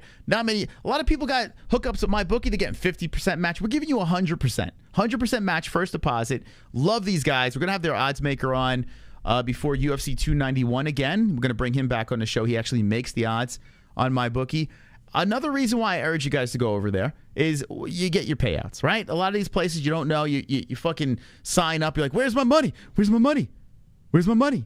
MyBookie pays you. So that's nice. It's nice to get paid, right? Thank you, MyBookie. Wonderful. And the third reason is anyone that goes over there and gambles on MyBookie, it just looks good for us. You use our promo code, they're like, wow, these people are supporting the MMA-Holes. They're going over there. They're, placing their bets. It just looks really good for us. So anyone that uses any of our promos with any of our sponsorships, it helps us out too. It actually looks nice for us, and they stick around, they pay us, and everyone wins. So I want everyone to win at mybookie.ag. I'm going to give you my guaranteed locks at the end of this stream. Actually, I'm going to jump into it now, and we're going to do some predictions and bets and all that fun stuff. So mybookie.ag is the website. The promo code is MMA-HOLES for a 100% match on your first deposit, and do it responsibly, okay? We did a lot of talk about Bruce Buffer. Bruce Buffer is co-founder of Millions. And I don't stand by people slandering the man's name, for God's sakes, and writing fake stories about him. But regardless, if you want to support Buff, or if you want to support some of these athletes that aren't making a ton of money, and shout out to Adrian Yanez, who gave us a follow on Instagram. It looked like it was because of Millions. So, Adrian! Yo, Adrian! Got to get him on the show. If you want to support the fighters, there's a link in the description down below. Go to millions.co down below, link in our description. And everyone that clicks that link and either gets merch of a fighter or signed clothing or gloves from a fighter. A lot of people like to sign gloves or fight-worn stuff. You can get that stuff and support your athletes on Millions. So link in the description for that. They also do watch parties as well. So everyone that clicks on that link and gets a product, we get like a sliver. Millions gets a sliver, and then the athlete gets everything else. It's kind of crazy, the little portion that we get, the little portion that Millions gets, but at least it feels good helping the athletes. So if you want to help those guys out and gals, go to Millions in the description. Also, ESPN Plus, if you're looking to watch the fights tomorrow, I urge you guys. I'm not saying everyone buy this pay-per-view. I did a stream saying it's not worth the $85, but if you are going to pay for the pay-per-view, buy it through our link in the description. We get a commission off of everyone that buys the pay-per-view through our link. So we're going to buy it. We'll get the commission. So we get kind of a discount because we get a commission off of our purchase. And I appreciate those that click and buy through our link. Get a little kickback from you guys as well. So thank you for supporting the MMA-Holes. If you don't have the money for it, it's fine, because tomorrow we'll tell you exactly what's going on, play-by-play, on this channel. Wonderful. Okay. Okay, shameless plugs are over. Let's get into the fights. I'm tapped in as the Mystical Moss. We have a free pick'em league. It's called Goat Milk. Jump in themmaholes.com. In October, everything's going to be switching around, but for now, it's the biggest MMA pick'em league on the internet. It's the baddest pick'em league. You don't find, to win Goat Milk, you got to be good. You got to be one elite. You play these other pick'em leagues, it's just child's play. It's silliness. If you win another pick'em league, you're not winning. You're not battling against 800 fucking people. You're battling against 20. It's gay. It's nonsense. You come to the MMA-Holes Goat Milk, You got the fucking most people out there going head to head. Everyone's battling, trying to scratch their way up to the first page, trying to get that goat milk prize. Tomorrow we're going to give something away. It's free. Go to themmaholes.com, click on the link, goat milk, jump in the league. Let's see how good you're going to make your picks and battle against the Mystic Moss as well. All right. Let's go. Enough's enough, friends. UFC 290. I'm pumped, man. I am pumped. I'm paying for it. I'm going to go into this optimistic prime. I don't know what that means. And I'm going to enjoy this event here. I am still flip-flopping between Moreno and Pantoja. I am creeping towards Pantoja. I have not seen the face-off. I got to look at this. I got to download the information. Then I'm going to make my pick. I might be plus money Moss on Pantoja. Might be there. So stand by as I'm going to go through the entire card. Grixson. Thank you for the sub. Grixson. All right, now I'm going to get the ceremonial weigh-ins together. Ceremonial. I'm the greatest warrior. I'm the greatest fighter of all time. Champ Nosey. I believe that with my heart because I never stop coming. You're going to have to put me to sleep or knock me the fuck out to get me to stop coming. Because I never stop coming. Coming. Never stop coming. Coming. Never stop coming. I'm coming.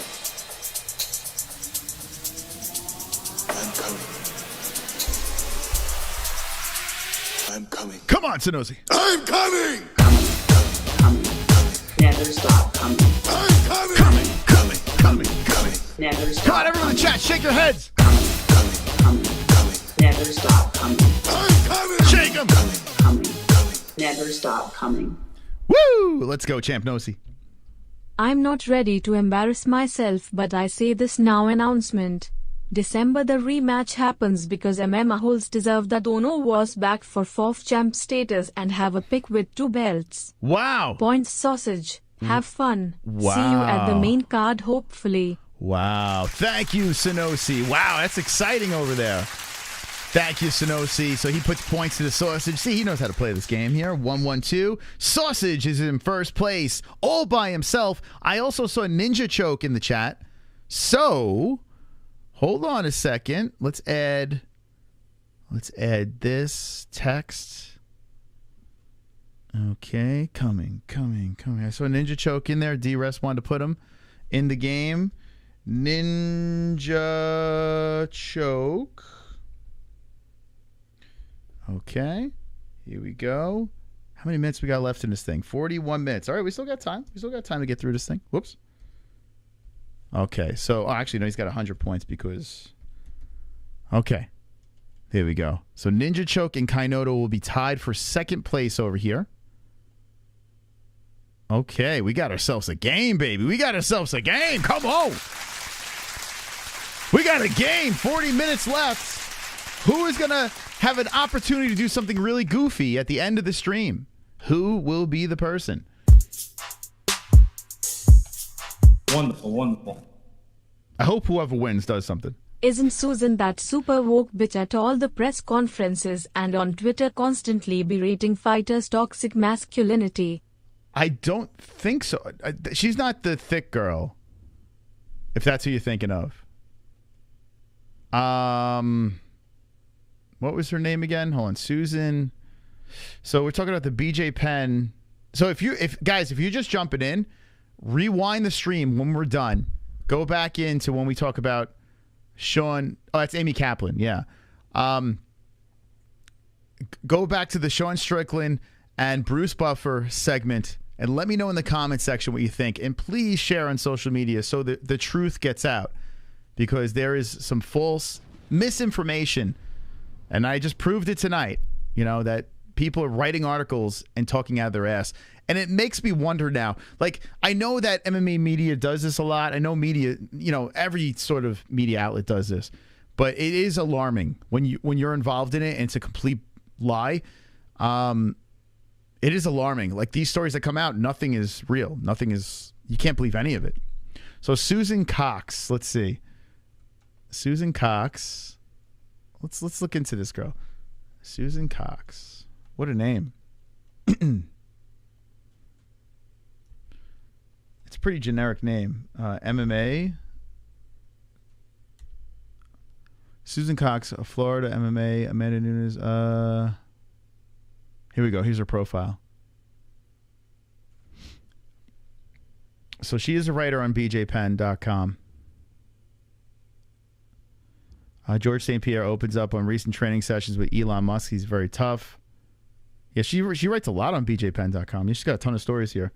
I don't know where she is on Twitter. I would like to dive into. There's nothing. I can't like get her. It's a bummer. I want to dig deep. Like if I could find her on Twitter, that you can kind of get an idea of who she really is. But that's pretty embarrassing that, you know, you would actually write a full article about this without doing any fact checking at all. Like that's just not, you just write an article about nonsense.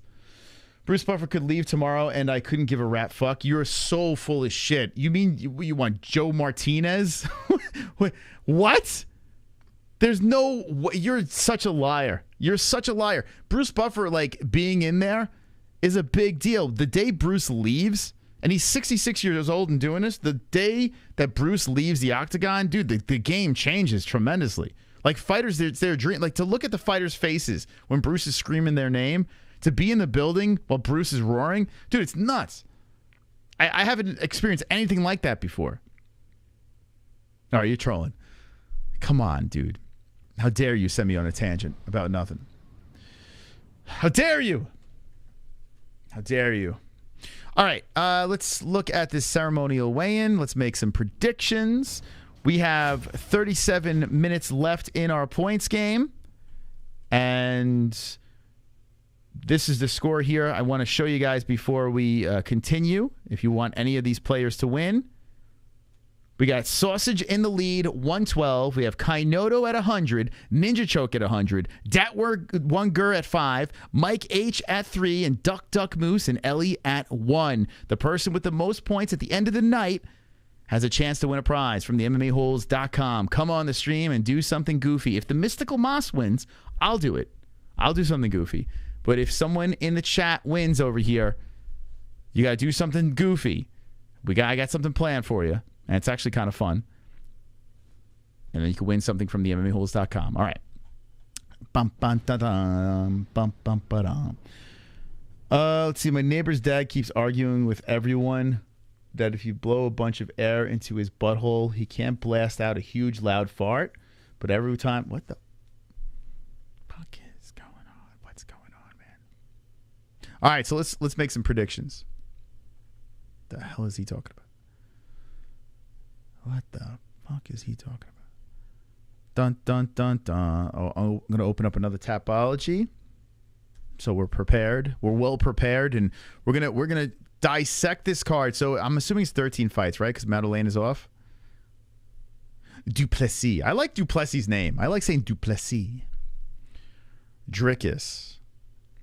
13. That's a bummer, man. I heard Chris Curtis was thinking about, like, he threw his name in the hat for filling in.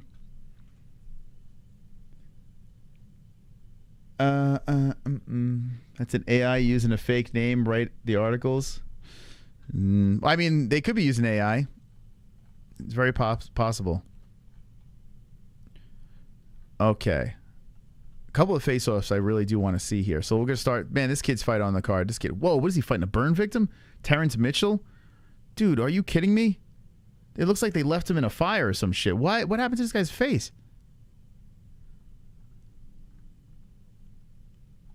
Poor dude.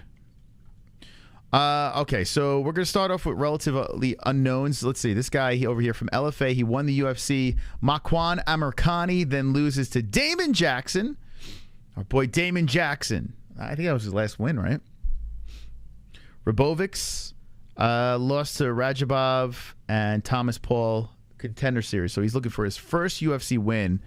Rabovics is the favorite from Argentina, fighting from Arizona, Kamuela Kirk. All right, let's see the face-offs here. Let's see what we got. What we working with? Let's go! Rabovics That song is annoying. All right, wow, Rogan looking yoked. Dude's pushing 60 and just pa-ting, pa-ting. All right, everybody. All right, everybody. That's my Joe Rogan. Thank you. Thank you. All right, so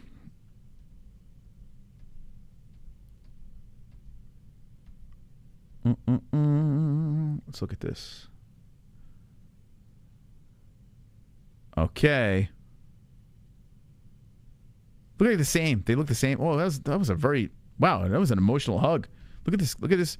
Bring it in. Bring it in. Okay, bring it in. Bring it in. I bring it in. Oh, oh, how cute. Oh.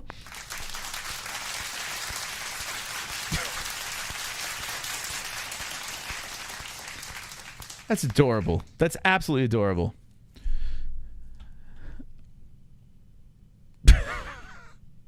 Was that who was the guy trying to be adorable over here? Rabovics? He's 11-1-0. Kirk is 11-5-0. He did lose to Damon Jackson. He beat Amirkhani. 29 versus 27. Wow, got a 75-inch reach, 69-inch reach. Alpha Team versus Sage MMA. Damn. What the fuck? Oh my god, dude. I mean, I feel like I gotta pick the guy on the left. Like, how do you pick the guy on the right? Everyone's probably picking that dude too. Yeah, Rabovics. El Gringo. How did he win a Contender Series? He got a finish. He got lost by a decision. Huh. He does have a lot of finishes, though. That's not easy. So this dude is the same height. He's got a 75-inch reach. Looking for a win here. He does have a win in the UFC, whereas Rabovics does not have a win. I think I'm going to pick the under. Yeah, I'm going to pick plus money over here. I'm going to go with Kirk for the win. He lost by submission, lost by decision. This guy's knocking out people. I'm going to say decision. I'm going to say they nullify each other and Arizona gets the job done. So I'm going to go with Kamwela Kirk. And the reason being is it's too soft. Like, that's a weird way. It's a weird way to greet your opponent. You know? Yeah, I can't pick that guy. All right, so ladies and gentlemen, the first pick on the card, Kamwela Kirk by a decision. Thank you. It's in. It's in.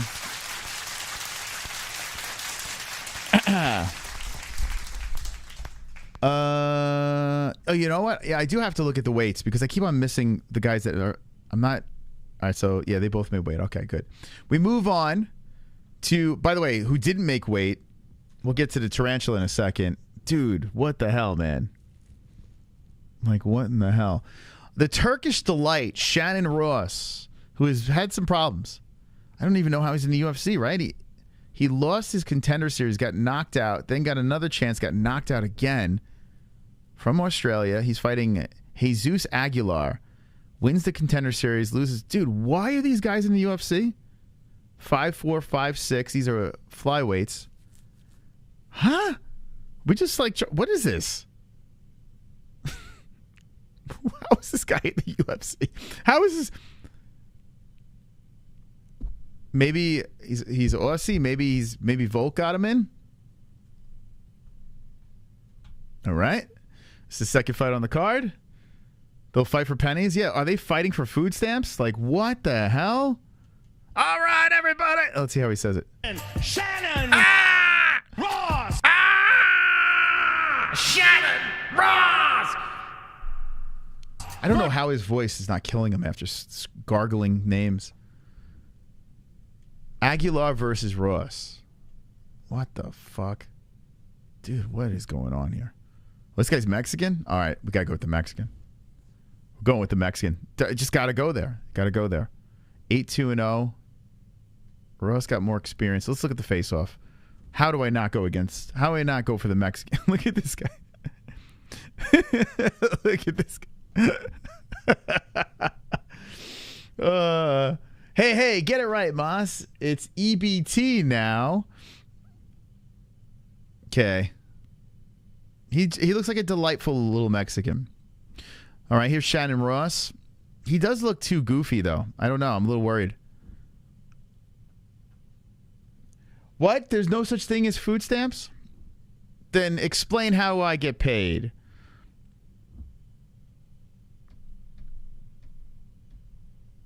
Wow, look how tiny this dude is. This fight's so adorable. All right, here we go. I just want to put these guys on my shelf. Okay. Aguilar, wasn't this the guy? Hold on a second. This was the guy. Wasn't this the guy that was supposed to lose in the Contender Series fight and he fucking shocked the hell out of us? And I'm like, oh, I'm always going to root for this dude. I think this is the dude. I'm pretty sure I gotta pick this little son of a bitch. I think this is the guy. Yes, this is the dude. Oh, I remember this guy. We did a fight buddies to this. Yeah, I remember like we were all over this guy. Okay, I'm picking him just because he's a little lunatic. All right, let's see. Submission, decision, submission. How did he lose? Knockout, decision, submission. I'm gonna say submission. I'm gonna go with Aguilar. I'm gonna say submission. I'm gonna say in 2. Little tornado 2, round 2. Little guy 2. Mexico, let's go. And it's in. It's locked. I'm 5'4", man. I'm 5'4", Red Panda. Deal with it. I'm the same size as Jesus Aguilar. Recipes Dan French Hooker. Yeah, we're going to get to that pick in a sec. We got 27 minutes left in the points game. If you'd like to see another player win, go points to that player. If you want to pad the stats for Sausage, say points to Sausage. We got an intense game here. Sausage 112, Kainoto 100, Ninja Choke 100, Datwinger 5, Mike H 3, Duck Duck Moose 1, Ellie 1. Who's going to be the Fook Friday champion? As Glove Touch won last week, who will be tonight's winner? Good luck to everyone playing, and I can't wait to see you guys do the challenge. Can't wait. By the way, my name is Mystic Moss, Chris, King of the Dragons, and let's get back into the predictions, okay? Let's go. UFC 290. Let me know in the chat, are you guys super stoked for this card? Are you pumped up? We got out of the way. Is it worth the $85? I'm not asking you that. Are you just pumped up? I don't care how you're watching it. Are you pumped up? Are you pumped up for 290? Let me know yes or no in the chat. Yes or no. Spam it up. Everyone at the same time. Let me know. Are you pumped up?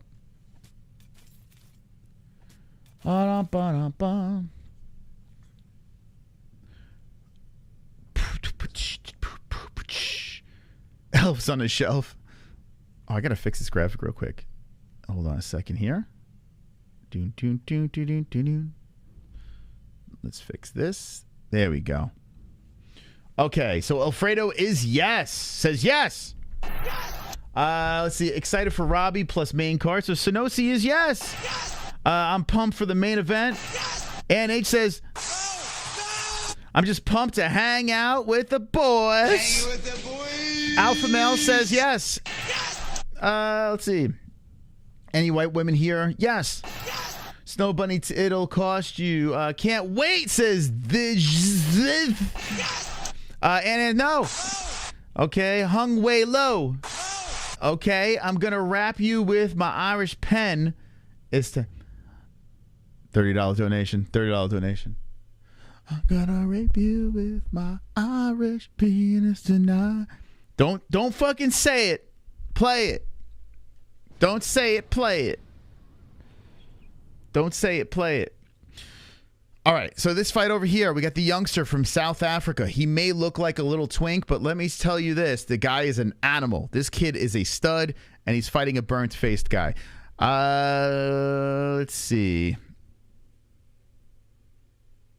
5'8", 5'10". This kid's only 22. Oh. Look out! Hey, I need a little help over here. Look out! I got some shit in my diaper.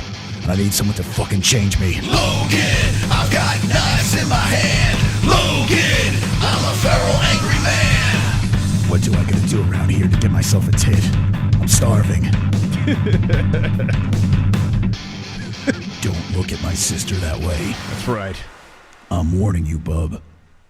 Logan, I've got knives in my hand. Logan, I'm a feral angry man. Logan, I've got knives in my hand. Logan, I'm a feral angry man. Who the fuck is Logan Paul? Thank you. Thank you. B-Man coming in with the 622. B-Man, let me know in the chat. I'll give you a pass. Points to anybody. Points to anybody, B-Man. Let me know in the chat. As here's the game. Give it to someone in the chat. I'll give you a pass. But everyone's got to say points with a specific player. Thank you for the brand new Logan donation. Thank you. Thank you. Give that young man a tit immediately. Give him a tit. He's hungry.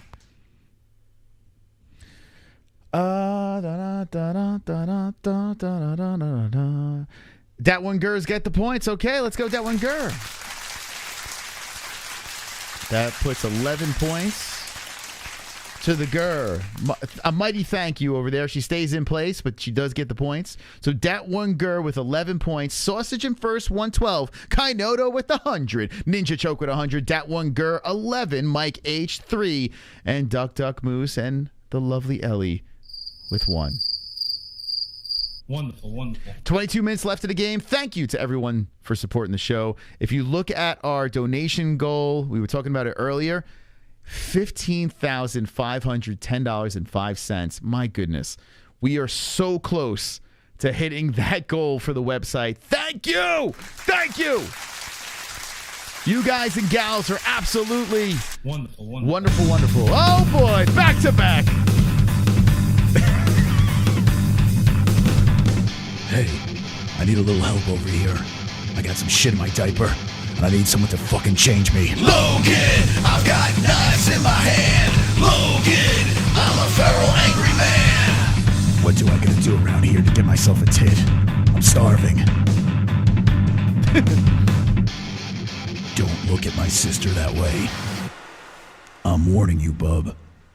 Logan, I've got knives in my hand. Yeah. Logan, I'm a feral angry man. Logan, I've got knives in my hand. Logan, I'm a feral angry man. Who the fuck is Logan Paul? Thank you, thank you, thank you. Sorry, Mawsum Gummy Dup Haha PTS Sausage. Let's go. Dude, that donation is it turned the SCHAUB scare got overrode with Logan. There's a boom, da-doon. Like it hits me every fucking time that thing plays. It startles me, and when I'm high on my gaming streams, and that donation comes in, I literally I jump every time. So those points go to Sausage. Okay, all right, we're gonna get back to the predictions in a second. The chat's taking over, and I appreciate it. Sausage in first place. We got a close game, though. Kainota's right behind him. 20 minutes left in the games. Ninja Choke's right behind him. Anyone can win. And like we said, the person with the most points has a chance to do something magnificent. That's right. Come on the show and do a challenge. A little bit of a challenge. It's a fun challenge. Not crazy. You have two choices. I'll tell you when the stream or the game is over in 20 minutes, okay? Thank you, guys. And thank you, B-Man. All right. So back to this. Cameron Simon, who I feel like I got to keep on picking because this kid is a young phenom. He's pretty good. And this guy was left in the fucking air fryer too long. Terrence Mitchell, never seen him before. He's making his debut. Now, he is 15-2-0. It's a pretty good record. He's from Alaska. He's got some submissions over here. He's got finishes. It's disqualification, submission. Wow, he's been finishing everybody. He's 30. Wow, he's 11 years older. He's taller. We don't know what the reach is. Let's take a look at this face-off. An unknown coming in fighting the kid. This kid's shredded. Wow. Whoa, look at that handshake. Dude, this guy looks so bizarre, man. This young man, Cameron Simon, his face doesn't even look real. It looks like something from a James Cameron movie. Like it looks like a little off. It looks like they de-aged him. Like how Harrison Ford was de-aged in the new Indiana Jones movie. It looks like he was de-aged in some fucking weird way. Right? Here, let's look at him flex over here. How is he 22 years old and looks de-aged? Look, he doesn't look real. Something's wrong. This kid, but he's good. The kid's really good. Of course, I'm going to pick Mr. De-aged over here. I'm going to pick Simon for the win, but his opponent, a lot of experience, 11 years older. Could be an under that people look at. I just been so impressed with this kid. Holy shit, man. The plus money looks strong. Let's see who the plus money fought. Let's just do a little research because I might make a move. Terrence Mitchell, 15-2-0. The guy's yoked. Okay, so this guy over here, Christian Alexander, 4-2-0. Okay. Skylar Schlazer, 4-3-0. Josh Terry, 4-2-0. All winning records, 15-7-0. Okay. All winning records, but hold on a second. I saw this dude. Justin Cook, 3-6. Okay. I've seen enough. I mean, he's got experience. Just out of curiosity, let me just look at the experience of his opponent. Simon. From South Africa. Mana Martinez, 10-5-0. Already looking better. Stephen Kozlow, 6-1-0. 5-3-0. Okay, there. Not so much, but still. Let's go back a little further. 8-8-0. Uh-oh. 6-6. Oh, boy. Uh-oh. Suspects. Padding stats. Okay. Wow. Okay. I'll tell you what. I don't have enough data. I haven't really seen anything of Terrence Mitchell, so I couldn't tell you. But what I could tell you is both guys have experienced a lot of suspect opponents to get them where they are. 15-2-0 and 8-0. Now, Simon, at least, not only did he show up in front of Dana White, he got the knockout, and then had 2 wins. Another finish in his debut, and then a majority decision in his second fight. So that's the only thing I can go with, so I would have to lean towards Simon. I'm going to say a decision. But Terrence Mitchell, I could kind of understand why people might jump on the plus 400 because it's a crazy plus, and the dude looks pretty solid, man. I mean, his resume is not bad against, similar skilled guys.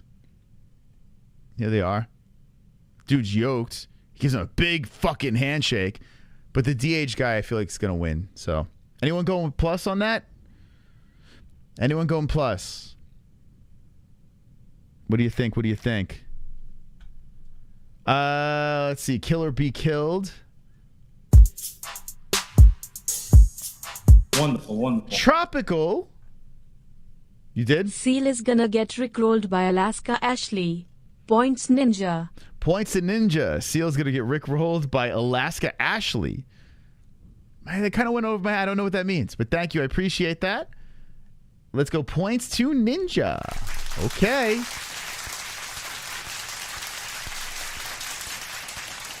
$102 for the Ninja. Uh-oh, Sausage. Look out. There's a choke. There's a choke coming up the rankings. 15 minutes left. Thank you, Tropic Tom. Appreciate that wonderful, wonderful donation. All right, here's your score. 15 minutes left in the game. Sausage still in the lead, 118. Any donation that comes in, say points to a specific player. Could be Streamlabs. Could be Super Chat. Whatever you'd like to do. Okay.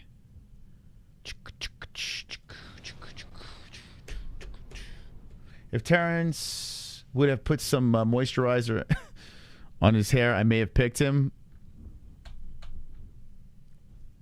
Wonderful. All right, so Simon by decision. Prachnio versus Petrino. Petrino 8-0, another undefeated guy from the Contender Series, Cheap Labor. Rudolfo Bellato, Contender Series, and then Turkalj, unanimous decision. His counterpart, Prachnio, has been in the UFC for a minute. Won 3 out of his last 5, coming off the William Knight decision. Oh, yeah, that's right. Oh my God. Oh, I try to forget that fight. Okay. Let's look at this. Let's see what we got here. This guy get a leg kick? It's going to be a lot of leg kicks or what? Well, I don't think this... Oh, my God. Yo, look at this. Yo, this looks good, man. This looks good, man. These guys are hungry. Wow. I like that face-off. A ferocious face-off here. So you got the guy with the experience, 16-6-0, who had a solid game plan against a guy that didn't want to fight back. Lost to Lins, lost to Mike Rodriguez. Ooh. Nothing against those guys, but Rodriguez not in the UFC anymore. Ike Villanueva. Khalil Roundtree, that's a solid win. That's 2 years ago. How's this guy a minus? All right, I'm just going to have to go with the hype here. He's a little bigger. Actually, no, he's not bigger. Wow, Prachnow's 6'3", he's 6'2", but Petrino's got a 77-inch reach. All right, listen, I could understand why people are picking Prachnow. He knows how to win a fight. And I don't know much about Petrino other than the Contender Series in this. I'm just going to go with the favorite here. Prachnow has lost by... He has been knocked out. Let's see. Decision, knockout. All right, I'm going to say knockout. I'm going to go for it. I'm going to say knockout. I'm going to say crazy first-round knockout. I'm probably way off on this. But I'm going to go with the youngster here, making his second fight. He looked pretty good, solid at the face-off. Didn't look scared. Prachnow didn't do anything to surprise, like, to blow my fucking mind against William Knight. But he does have the experience. I could be making a mistake here. What do you think in the chat? Are you picking Marcin Prachnow? Are you going with Vitor Petrino? I'm going to go with Petrino. I'm going to go with the Brazilian over here. Vamos, hey. Let me know in the chat who you got as they're cruising through 290. Chat. Stormy Daniels. Points Ninjas Irish Pennies. Wow. Oh boy, I'm smelling a surge, a ninja surge over here. 104. I'm gonna rape you with my Irish penis tonight. Cheers, Alpha Male in the chat, and thank you, Stormy Daniels. There we go. So Ninja 104, Sausage 118, 11 minutes left in the points game. Kainoto 100, that one girl 11, Mike H 3, Duck Moose, and Ellie with 1. Anyone could win this game with 1 donation. You could blow it completely, flip it upside down. You could basically do whatever you want. If you want to support the show, drop a donation, say points to a player, and they have a chance to win something at the MMA-Holes.com. Ote, you know what I should do? I should put the challenges on the wheel. Like, I have challenges. I should have you guys spin the wheel. That's the idea. Okay. All right. Okay. That's what we're going to do. Whoever wins has to spin the wheel. Okay. That's what we're going to do. Actually, I'll do it right. Should I do it now? Nah, I'll do it for next Fook Off Friday. I'll give you options tonight. All right. Okay. That's how I work. Ideas just pop into my head, and now I got to go with it. You're watching from the shower. Let's go, baby. Come on. We're in the shower, boys. We made it. In the chat right now, where are you watching this? Taking a shit, making love, in the shower, eating dinner, eating a snack, smoking a bong, raiding the refrigerator. I don't know. At a nightclub. How are you watching this stream right now? Let me know in the chat how you're watching this thing. We still have a bunch of fights left on this card that we will go through. I'm picking. We're only 4 in on this. So the next fight is Jimmy Crute versus Alonzo Menafield. It's an interesting fight. But how are you consuming this? You're pooping? I've listened to YouTube in the shower. I have a little Bluetooth speaker. If I really want to hear something, or sports, I'll listen to in the shower. I'll put the game on. Sitting in bed. I'm watching with my eyes.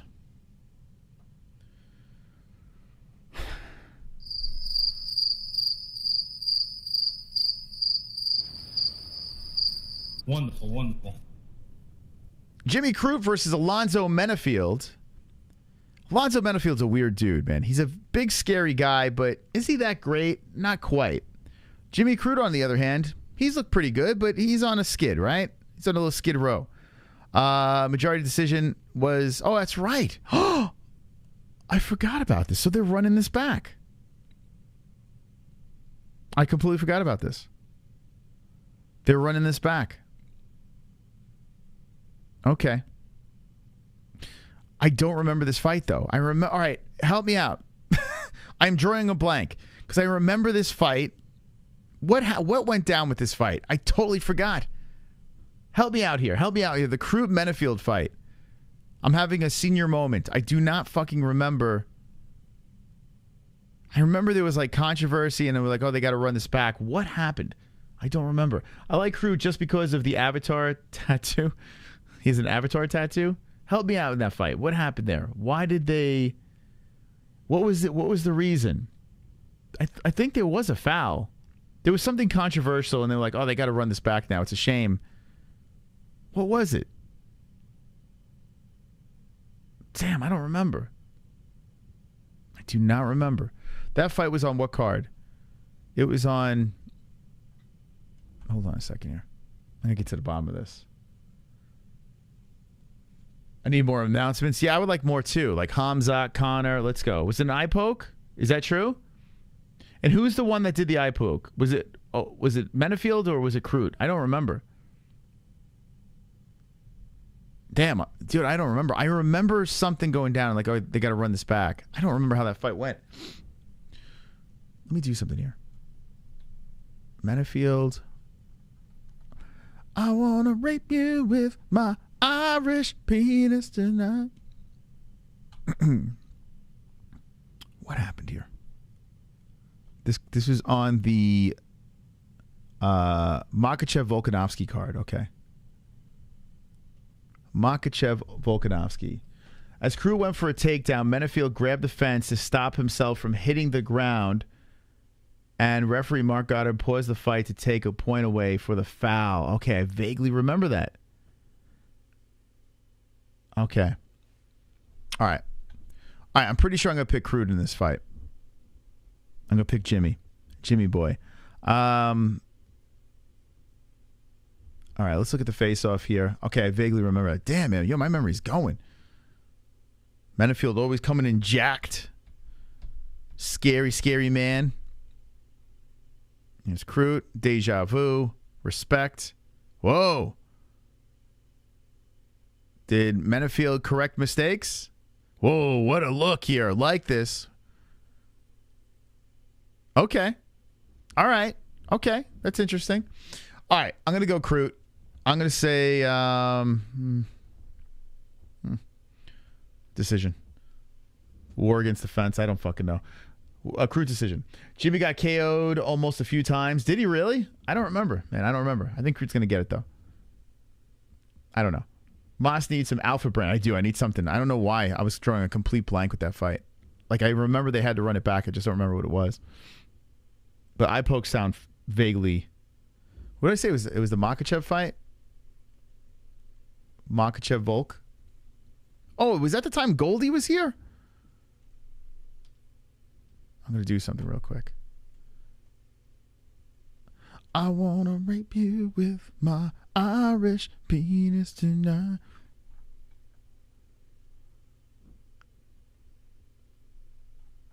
Was that the Goldie card? That might be why I don't remember, because there's a lot of distractions going on. There's a lot of distractions going on that night.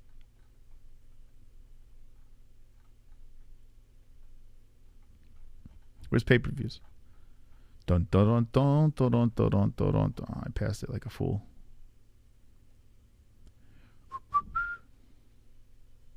Right? It's vague. I'm gonna go back in the past over here.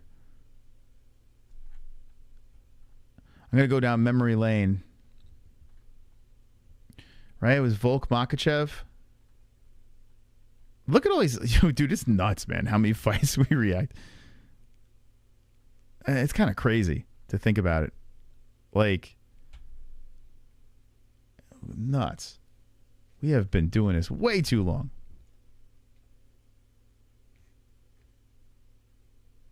Menefield, what deducted a point at a point, Crute might have lost if the point wasn't deducted.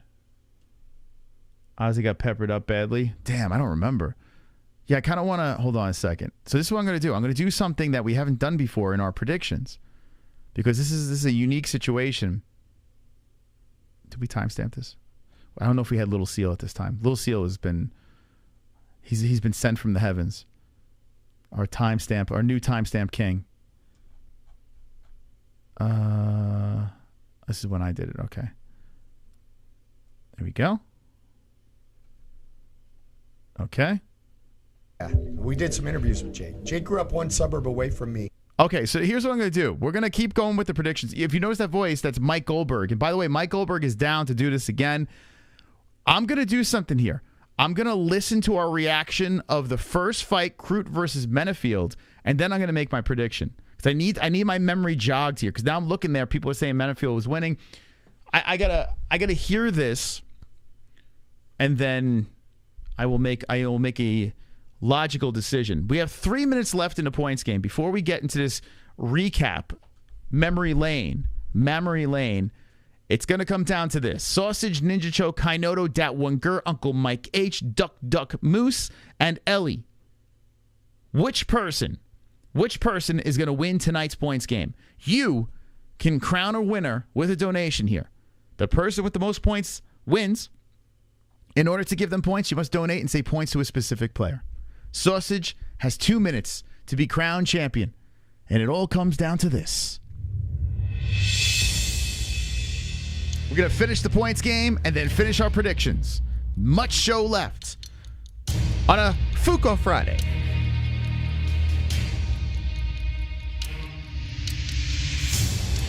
As I sip on my Java and eagerly await the conclusion of the game.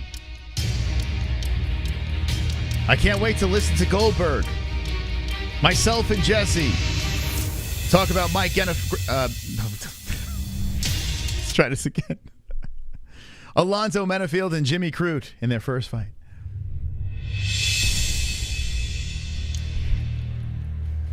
Okay, here we go. I'm all out of it. Just fucking 2 hours and 6 minutes of me babbling. What the fuck? I need my co-host back. I need my co-host. Just 2 hours of me babbling. Anyway, thank you.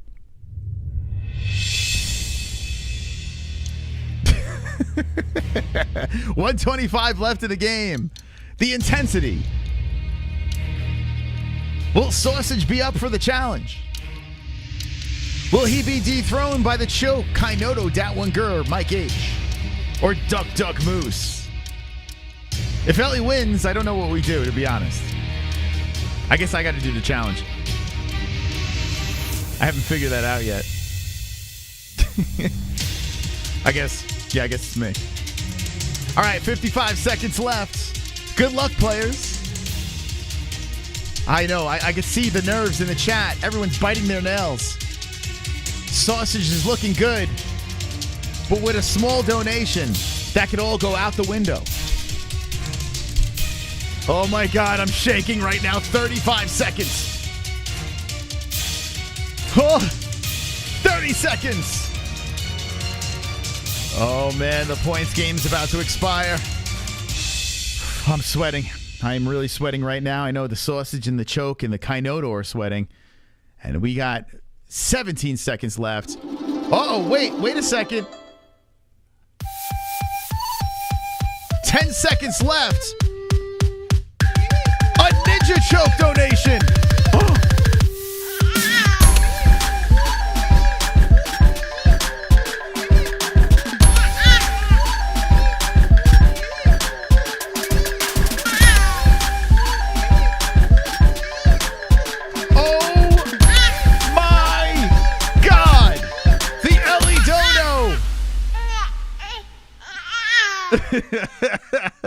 Holy smokes! Poor Ellie getting wiped out by her baby bro. Points Ninja. Oh my God. The $16 Ellie donation by Tropic Tom comes in and changes the game. Completely changes the trajectory. What? No way. No way. The sausage gets bumped out. And Ninja Choke becomes the champion. All hail the Ninja Choke.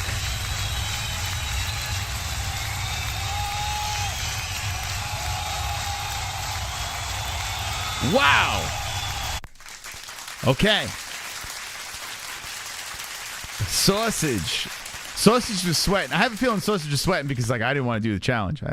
Now, Ninja Choke, here's the deal. You are the Fook Off Friday champion. But to claim your prize, you have a choice. You have a choice. Now, you have shown yourself on Discord, so it's not a hard choice over here. We can put together a poem made by ChatGPT, and the chat makes suggestions, and ChatGPT puts a poem together. You recite the poem. I'll send it to you. It's going to be a ridiculous poem. Very ridiculous. I'll show you how that works if you choose that route. Or we play the man dance, and you do your interpretive version of your man dance. It could be shadow boxing. It could be dancing. It could be something seductive. I have no idea. To the man dance song. Ninja Choke, you have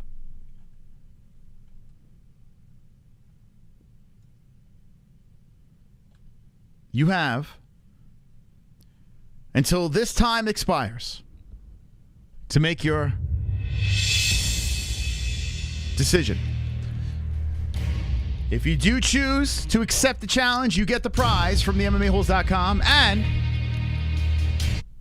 you become immortalized on the MMA Holes. In fact, you will be here on this stream forever. You can go back and say, look at me, Dad. I did it. I made it. You have a choice. Choose wisely. Choose wisely. Now, the poem is actually pretty funny because I was playing around with this, and ChatGPT comes up with some really weird shit. So we can take suggestions from the chat. I'm thinking a UFC personality doing something crazy. ChatGPT makes the poem, and it gets recited. I think the recital's the way, to be honest with you. The GPT poetry is hilarious. But let's see if the choke does it. Now, if he does choose to do the poem, it could be an audio call for that.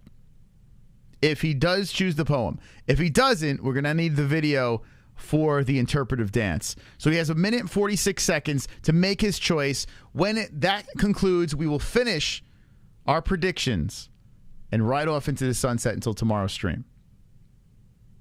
Choose the poem and dance. That's a lot. That's a lot to do. But here we go. We'll leave it on the chat. Okay?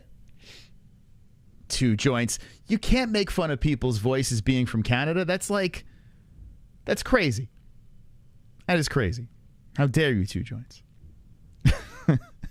Never understood that. We do have goofy voices, but come on. Choke. Okay, here we go. Does the choke respond? Does the choke respond, or does he pull a glove touch? We will see. We have 1 minute left. We have 1 minute left right now. A lot on the line. Will he complete the challenge? He'll be the first MMA hole to complete the task to gain the prize. Okay, the people are trying to root him on. Ninja Choke isn't even here. Well, then nothing happens, and then we just move on. Nothing happens, but, it is what it is. Someone message him. Oh, boy. Let's see. He does. Yeah, Ninja Choke does. He puts himself out there. So that is good. That's why I always stress on people to make sure it's someone that's in the chat. Always say that because, if they bow out at the end, they can't hang for the long stream. It's kind of pointless. But we got 15 seconds left. Wah, wah, wah. 2 weeks in a row. It's all right. We'll get it. Here we go. 8 seconds left. See, Vietnamese style would have done it. Now you know for next week. All right, 2 seconds. 1. Oh, wah, wah, wah. Oh, well. It's okay. It's all right. It's all right. Listen, you don't get shit, but you are the champion. And what I'll do this time is I'll have you be able to defend your belt next week. So he'll be on the list for next week. Actually, let me do that now so I don't forget. So Ninja Choke is the champ. Congratulations, Ninja Choke. We'll keep him in the game for next week, and then we'll take. Actually, hold on. I'll just take this shit out. Don't. don't.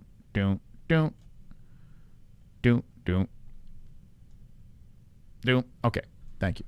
All right.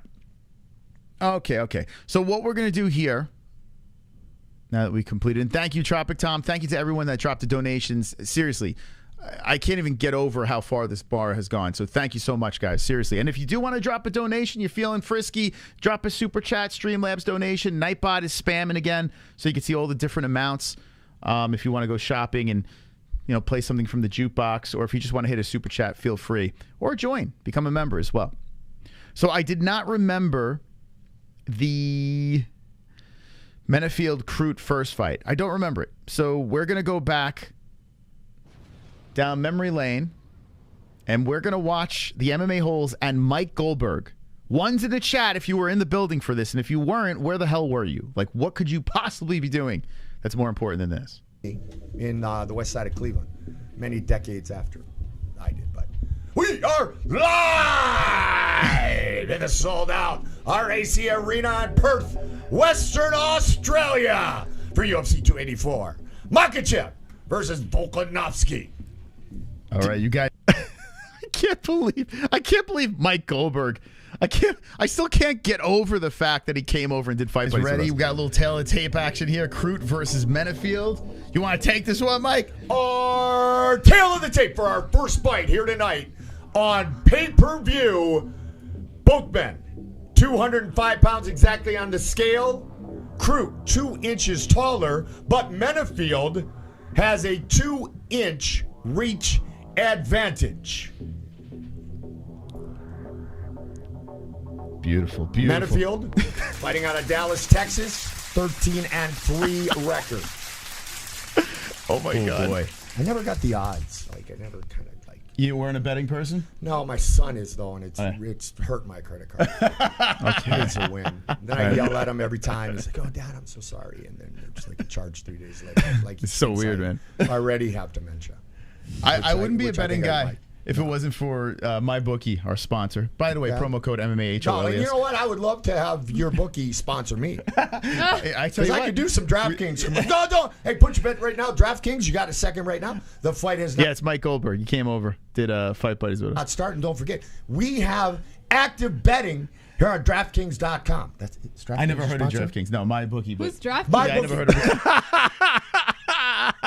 it. We're like, Goldie, that's not our sponsor. Yeah. MyBookie? Well, yeah, it's funny you mentioned them. Yeah, MyBookie, MyBookie.ag, promo code MMA-HOLES for 100% so, match. So, at MyBookie.ag, yeah. You will receive 100% match on your first deposit. Use promo code MMA-Holes at MyBookie.ag for our first fight of the night. You guys better use that code. I mean, Goldie's just told you to do it. Menafield, Crute, here we go. Fight scheduled for 3 5-minute rounds. Come on, Goldie, give it to me. Menafield in the blue trunks, white trunks for Crute. I can't get over this. I'm sitting back for this one, Mike. This is all you. You got the captain. You got the driver's seat right now. I got it. All right. Hey, I'm gonna bow out. Menafield. He's got that reach advantage. Good takedown by Jimmy Crute, 26-year-old, fighting at home in Australia. Oh man, I want Menafield to win this one. I'm not gonna lie. I pick Crute. Menafield, striking is his primary weapon. So he's got to fight off the ground game right here, right now, of Australian elite teams, Jimmy Crute. It's crazy what Crute's doing to him right now. That's wild. Just kind of just manhandling him. So let me just say this to you guys in the chat, to the people that didn't see this live. When we had Goldie stop by, like he's never done this before. Like he's done a lot of play-by-play. The guy was the voice of the Octagon, right? But TV broadcasting fights is way different than what we do on YouTube, right? We do it like more radio style, blow by blow, strike by strike, right? And Goldie's not used to that. And he's still doing commentary. He's doing for BYB over there with the bare knuckle thing. He's being inducted into Bare Knuckle Hall of Fame. So this was like a learning curve for him. He had no idea. So it wasn't the rapid fire play-by-play that we usually typically do. So bear with it. But I do want to listen to this because I don't remember this fight. So Goldie, help me out here. Let's speak to me, baby. He's trying to get that leg in to control. Crute using the cage, using the fence to take away one way that Jimmy Crute can turn. And that's something that Joe would talk about all the time. When you're up against the cage, that takes half of your movement away. So it's a good defensive move in a grappling situation. In a striking situation, it's bad to be up against the cage. Oh, yeah. And Menafield trying to work his way up. This is exhausting right here. And, you know, as my good friend Joe Rogan would say, Alonzo Menafield carries a lot of muscle, and that will do the blood. Well, man, Crute is doing a great job with his grappling. Oh, my God. Yeah, Crute is just... Goes into half guard. Or, as wrestlers will say, the Turk. Trying to advance that right leg to get the full mount. And we're just trying to give Goldie his moment here as Gondos flies by. I mean, Goldie was there. The Dragons were there. We're trying to give him his moment, and Goldie's talking us through over here. Dude, it gives me chills just to see Goldie in the studio with us. It's really fucking cool. Wonderful, wonderful. If I ever do a fight buddies with you in person, I'll make to plug FanDuel before reverting back to the sponsor. You know, while JBMless may be high bidder or something special to test that aids for the future. What do you say? You know, while JBM-less may be high bidder for... I tell you, I do need a co-host. There's no doubt about it. With Fight Buddies, it's tough because Jessie gets it. She understands how Fight Buddies works. We're like a good team together. The reason why we've pumped the brakes on having a bunch of fighters on the stream is because if you notice, fighters do watch parties and shit like that. They don't understand what people want. Like they're talking about the fight they're describing, but they're not telling you. Like people are looking for fight watch parties and all that shit. They don't want to. They want to know what's going on. That's the whole purpose of doing Fight Buddies, you know, or a fight companion. They don't want to see people sit there, shove their food in their face, and just start talking about everything else. They want to talk about the fights, you know. So I think anytime we bring guests in from this point on, we're going to make it very clear on how we do our show. This way, no one's upset, and they still get their moment to shine. Thank you, Sonosi. A viewer to come in, I am not opposed. I am absolutely not opposed to doing that. It's a little bit sitting in on this, like just from bringing family members and stuff like that. It's a little overwhelming. Like, it does look easy, right? We're just here talking about fights. It's very overwhelming, especially when the chat is on fire. New people coming in are just like, it's like a deer in headlights type thing. Like, they don't know what to do. And think about this. Mike Goldberg was literally cage side for the UFC, you know? And then he was stuck in this odd internet, you know, situation. So it's definitely a unique scenario. Wonderful, wonderful. Tom. Ninja DM'd me and said he was too busy rewinding his adult section DVDs from Blockbuster. He apologizes, but he was in a bit of a sticky situation. He had to return some videotapes. Thank you, Tom, for the update. I appreciate that. If you're just jumping in, we're making predictions, and I want to make some bets as well. Jimmy Crute fought Menafield. They're fighting again tomorrow. And I forgot the fight, so we're going back in memory lane, and it just so happens Goldie was in the building for this. So this is a double dip, a little flashback on the MMA-Holes when we had 72,000 subscribers. Now we have 78K, and I do believe by the end of this month, we might be at 80,000 subscribers. So that's very exciting. Hit the like button, share the stream out there. I can't urge it enough. And if you're not subscribed, subscribe, and hit the notification bell. We're bringing you shit that no one else is bringing you. 2 for 2 early with his takedowns in the first 2 minutes of this fight. Jimmy Crute, 12-3 in his mixed martial arts career. This pace of this fight, I mean, I don't know how Menafield's going to be able to hold up with this pressure that Crute's bringing in. Menafield's got his arm around the neck of Crute, but he doesn't have a whole lot of leverage. But he's strong. If he can get a leg there, he's got a chance to do something, but Crute looks to be just fine. Yep, there's the head. He pops it out. Oh, my God. Yeah, Menafield keeps getting back up. It shows how strong this dude is, huh? Oh. So I do remember this now. I do remember Crute. So the people in the chat that said Menafield was fucking him up, I do remember Crute winning this fight. Like, I do remember, like, he was doing better. Maybe I'm just trying to jog my memory here. This is a frustrating fight, though, early for Alonzo Menafield. Because when you work so diligently to get back to your feet and your opponent just whips you back down to the ground. Goldie's wife is beautiful. She's actually, there's a bigger age gap with him and his wife. So me and Goldie have something in common, but his wife is gorgeous. He even told us a story on air. Hey, guys, after this stream, if you need something to watch, listen to Goldie's stories when he came on the stream. How he met his wife and Joe Rogan's reaction to his wife is hilarious. Like, he has some really funny stories, Goldberg. It can zap, like right there. Oh, my God. Right there. And he passes to side control. What a beast Crute The is, wrestlers man. always call it the Turk because they see it as an advantage. Randy Couture always said he would take the Turk, if you will, so going to his opponent's half guard, over my God, actually he's some gonna get... side mounts. Oh! He slipped out of it. He did. Because the legs weren't tight. The legs weren't tight for Jimmy Crute. And they're back on their feet. Wow, this is a round, baby. Crute with a great start. Menafield survives the grappling. Oh, no. Oh, my God. Yo, Menafield's coming back. Yo, Crute looks exhausted out there. Oh. Menafield on top, hammer fists. Oh. And that was on a slip by Jimmy Crute on a kick that he missed. Damn, what a round. Yo, Menafield's a dog, huh? Menafield is a dog. He's strong, man. He is so strong.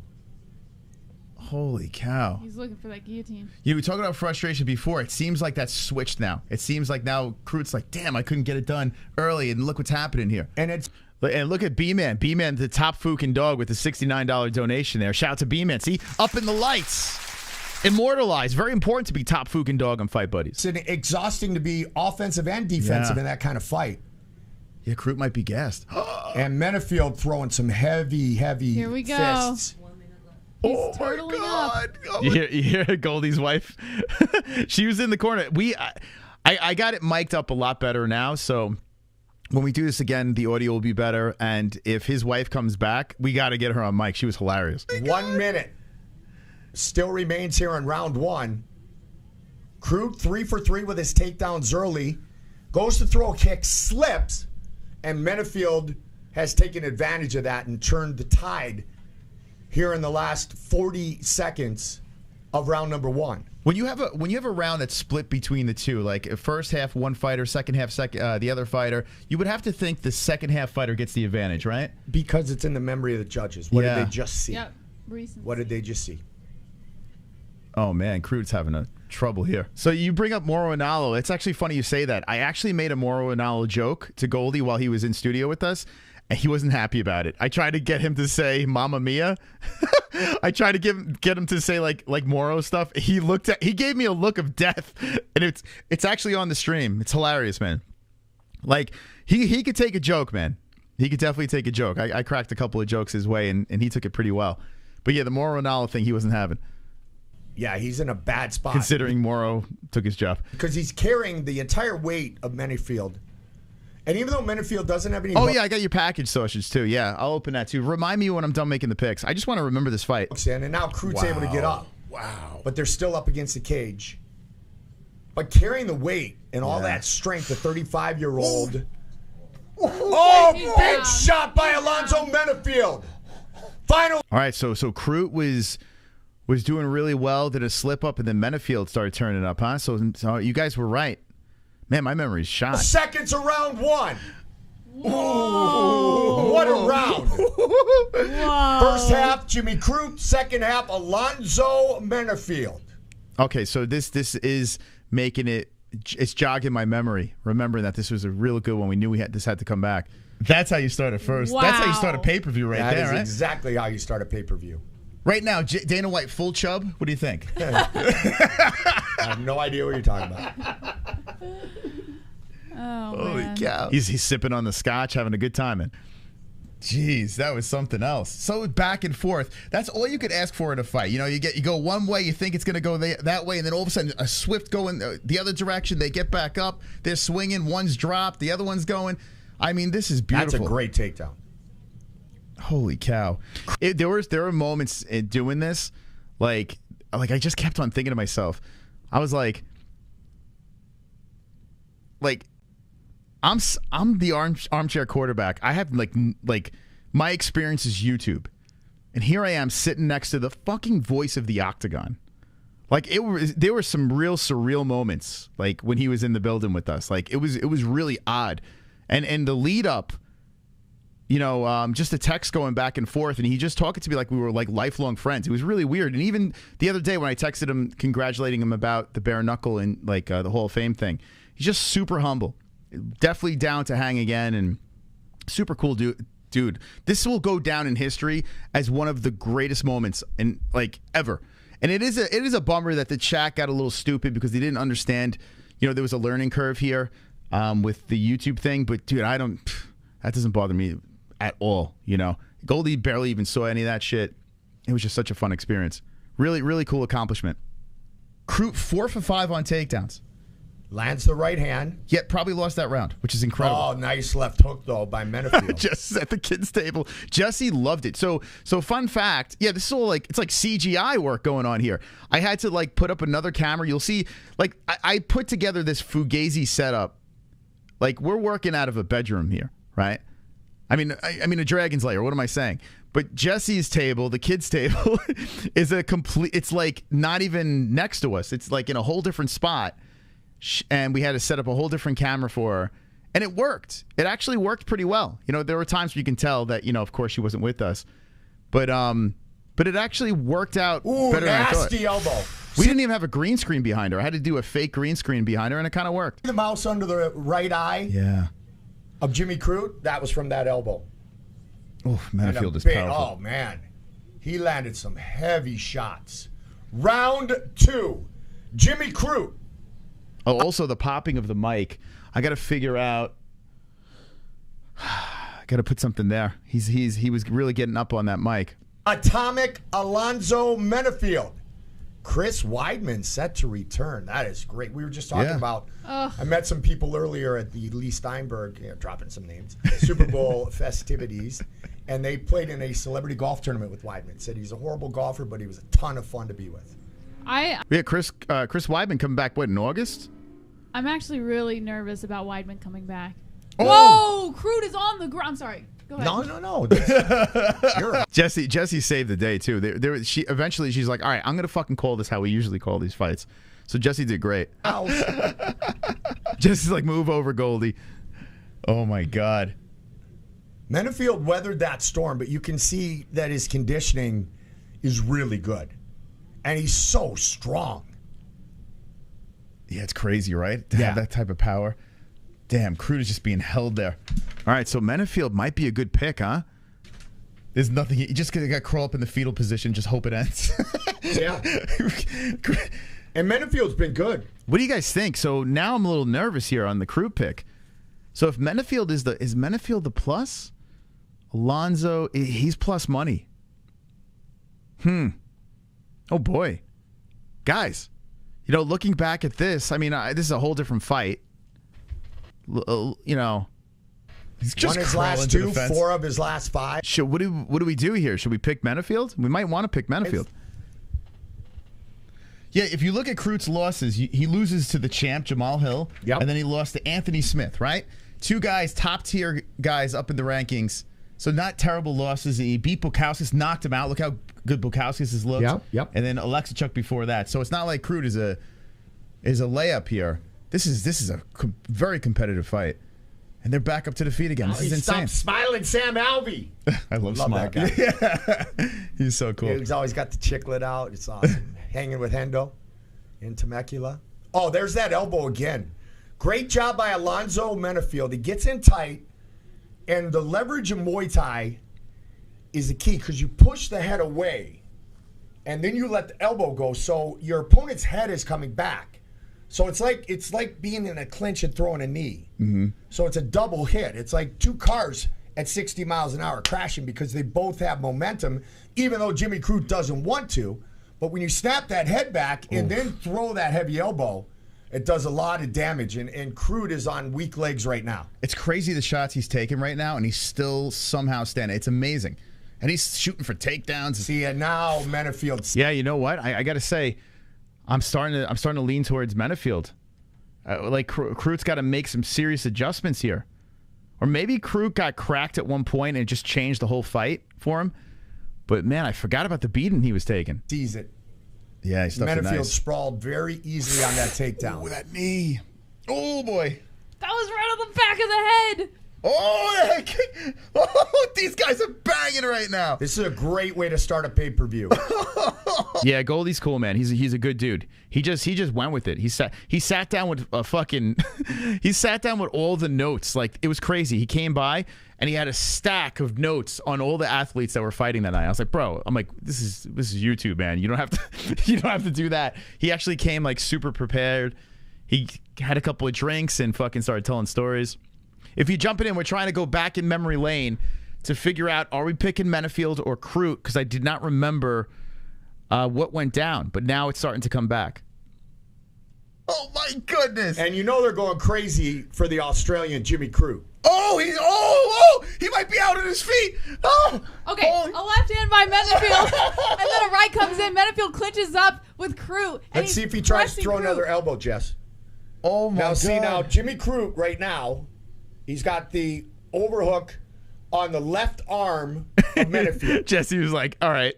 She eventually just overrides him and just starts calling the fight. Yeah, they didn't know what was going on. See, this is why Goldie was catching a little heat from people, because he's never done this before. Like, he was trying to do this as like people are seeing what's going on, not realizing that people were relying on us to actually tell them what's going on in the fight. So this will be something that we will address if he does decide to do it again, which I think he will.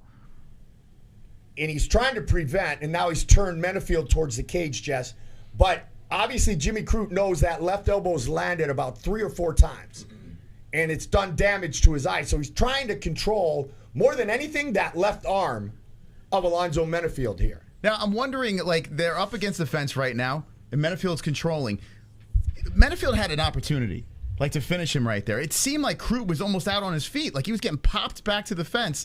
Do you think Menafield should have just unloaded and just kept going, or, like, is this, I don't know, I feel like he just let Crute recuperate. The answer is, it's a 3-round fight. And while you don't get paid by the minute, you get paid more when you win. And so you've got Crute hurt, but you're not sure how much is in your gas tank. So do you go with reckless abandon for the finish and then find yourself burnt out? And now, right here, Jimmy Crute working for a takedown. Yeah, so if look at our faces. So we're like, dude, there's some crazy play-by-play that could be yelled out right now. And we're dying. We're like, oh my god, we got to get this information out there. But how do you interrupt Goldie at this moment? So let's say, look at Jesse. To your point, Chris, let's say that Alonzo Menafield let it all rip and didn't get the finish earlier.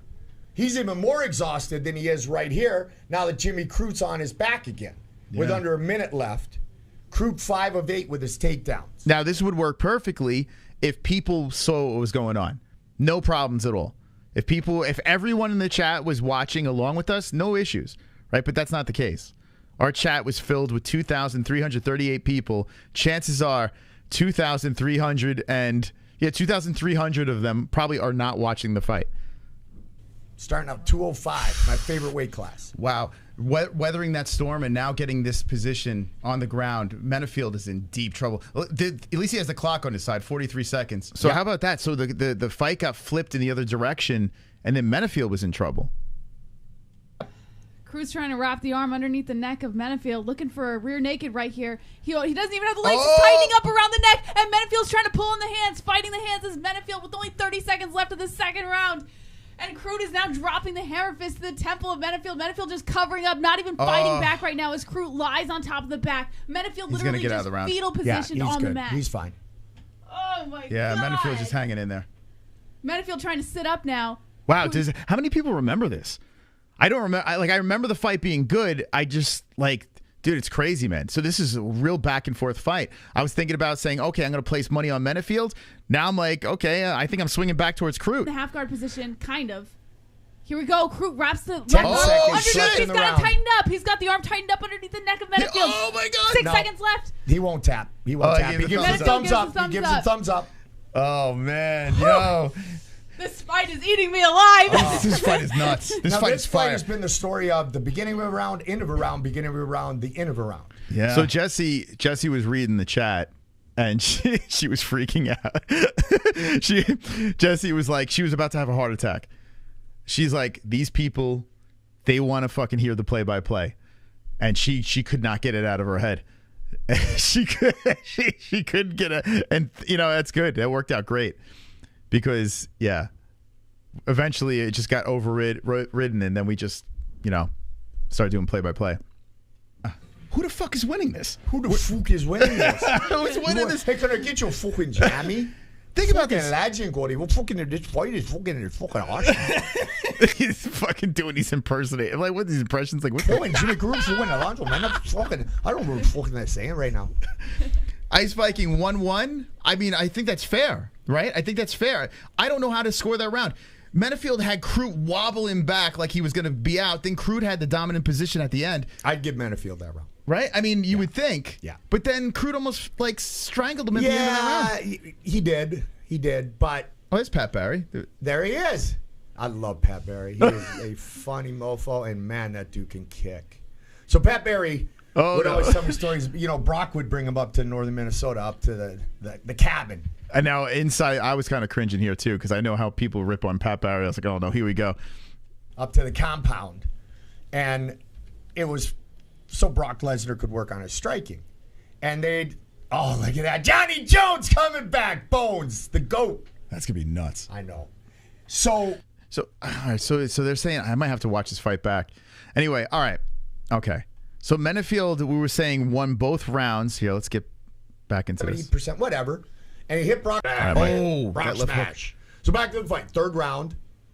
I had to skip the Brock Lesnar story. Menafield trying to use that 2-inch reach advantage, working the jab nicely. This fight is reeking bonus right now. That left hand by Menafield is just whipping the head of Crute back.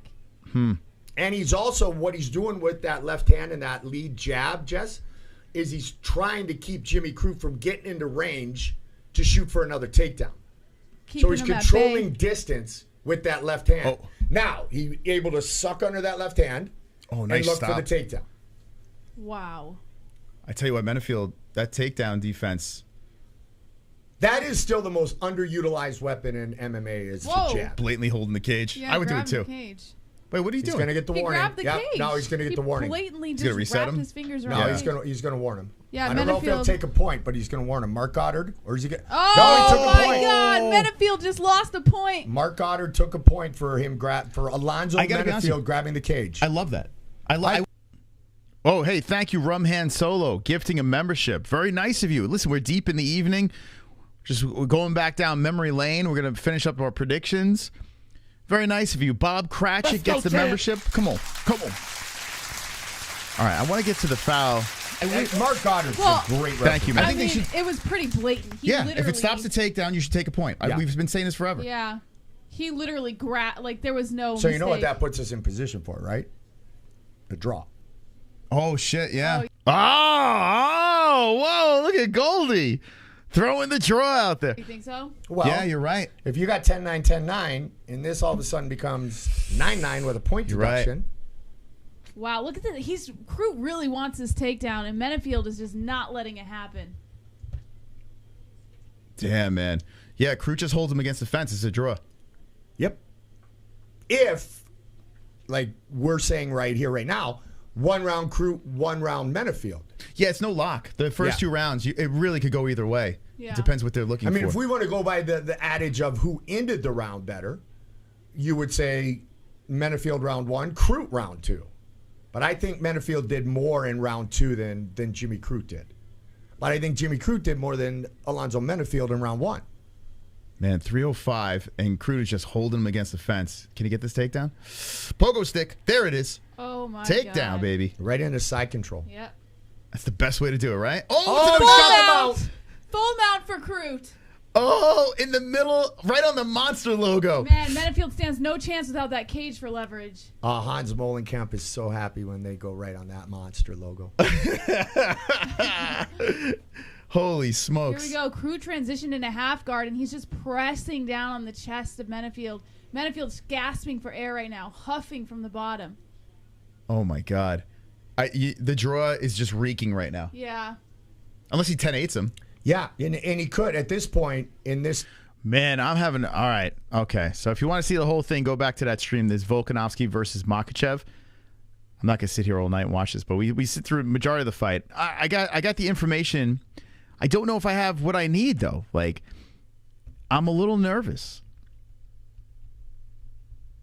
I'm a little nervous, guys. That was cool going down memory lane. I did not rewatch that stream, so that was kind of cool. When was that? That was how long ago was that? 284 was what? Oh, Jack Della Maddalena was on that card too, versus Randy Brown. Now, February 11th. Wow, how the time flies. All right, okay. So I got completely sidetracked for a second. I don't know how much that helps me here. So I was picking Crute by decision. Dude, that's such a back-and-forth fight, and I kind of want to go Menafield now after hearing that back, because it seems like Menafield was doing more of the punishment, and Crute had his opportunities. Holy smokes, man. Wonderful, wonderful. Sanosi. My top 3 people if you did a poll or contest for temp co-host are the following: 1. KFC for being a MMA nerd. 2. Pulse Reloaded. You get technical, personality and diversity. 3.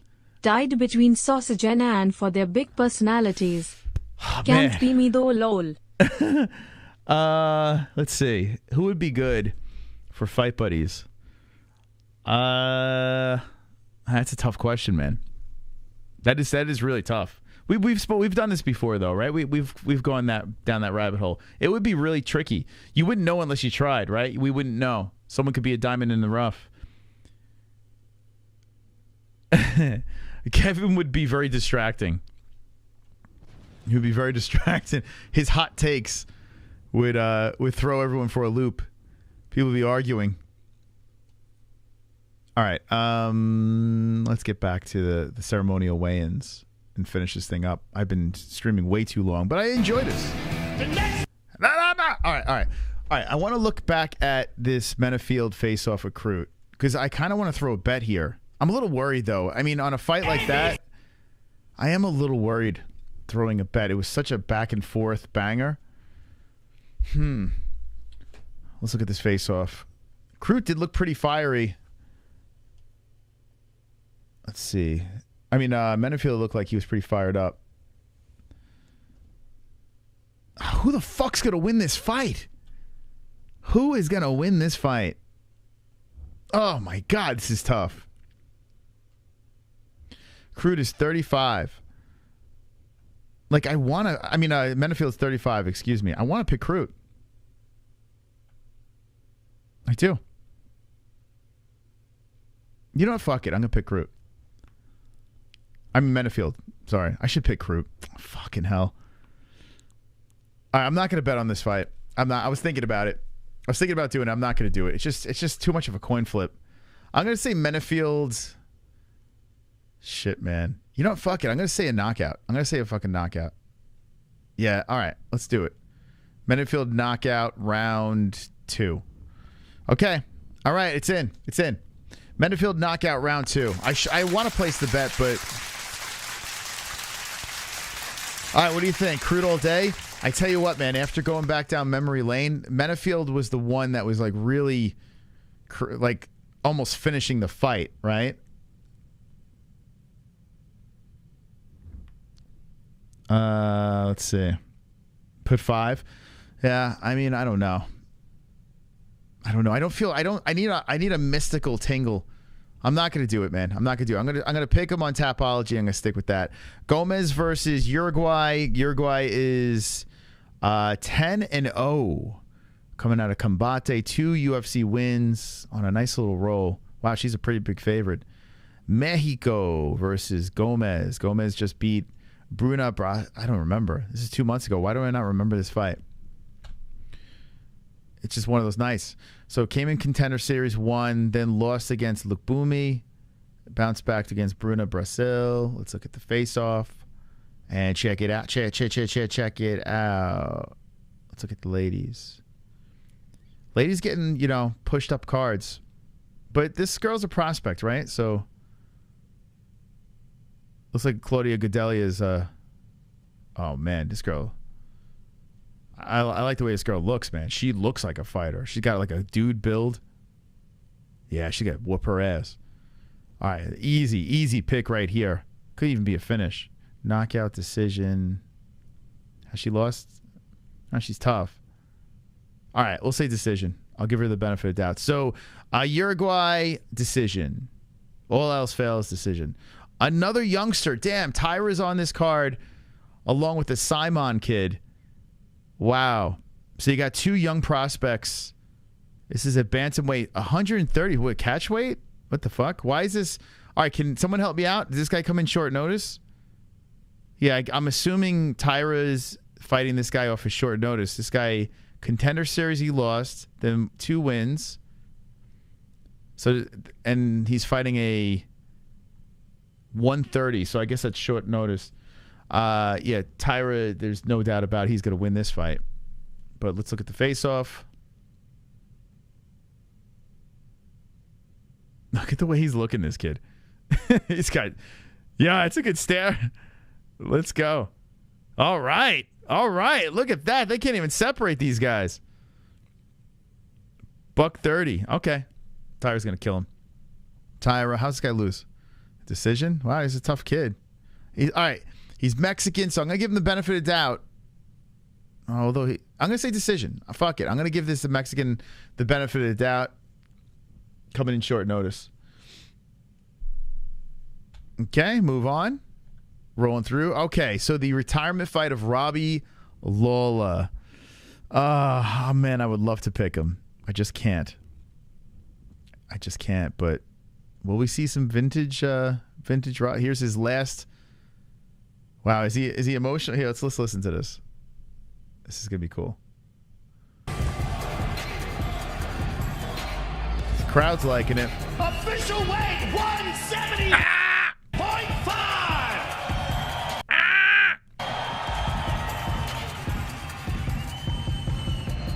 Okay, get rid of this music. All right. Wow, Nico's pretty shredded up.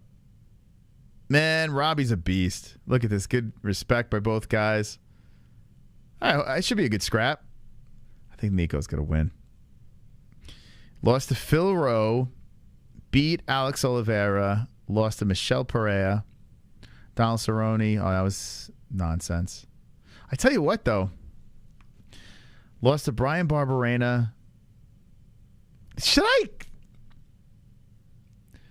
I think I'm going to pick Robbie. Call me crazy. Call me crazy. He lost to Neil Magny, Colby Covington, Ben Askren, which that doesn't count, the Ben fight. Beat Nick Diaz. That was weird. That was a weird fight. He just gave up. Got knocked out by Brian Barberena. I mean, Nico should win, but I just, like, there's something about this fight. Oh, fucking hell. Robbie with his sideways mouth. I feel like he might shock people and win. Like if we see some vintage Robbie. Are we going to see vintage Robbie? What are we going to do with this? Nico's unpredictable. He tries to be flashy and gets himself in trouble. Yeah. Yeah, Robbie. The problem with Robbie, though, is like that Colby Covington fight, everything fell apart with me. I'm like, what? Dude, that Robbie looked weird, man. He didn't look the same. Then lost to Magny, which is not a terrible loss to Magny. He's a good gatekeeper.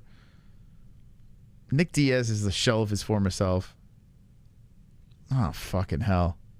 I feel like oh, man. I want to pick Robbie.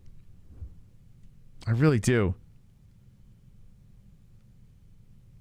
Oh, fucking hell. I just can't. All right, I'm going to pick Nico by decision. Shit. I wanted to pick Robbie. I do. I really want to pick Robbie, but let me look at it again. I do want to pick Robbie. Let me look at this again. I even want to bet on him.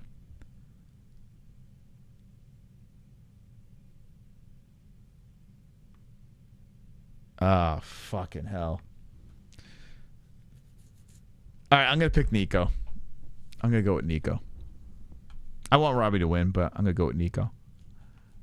Nico decision. All right, we're on the main card. We finally made it here. Bo Nickel, death, first round.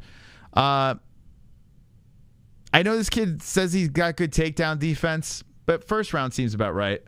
Bo Nickel submission. What do you think? Submission. Let's look at the face-off. Don't really have to think about this one.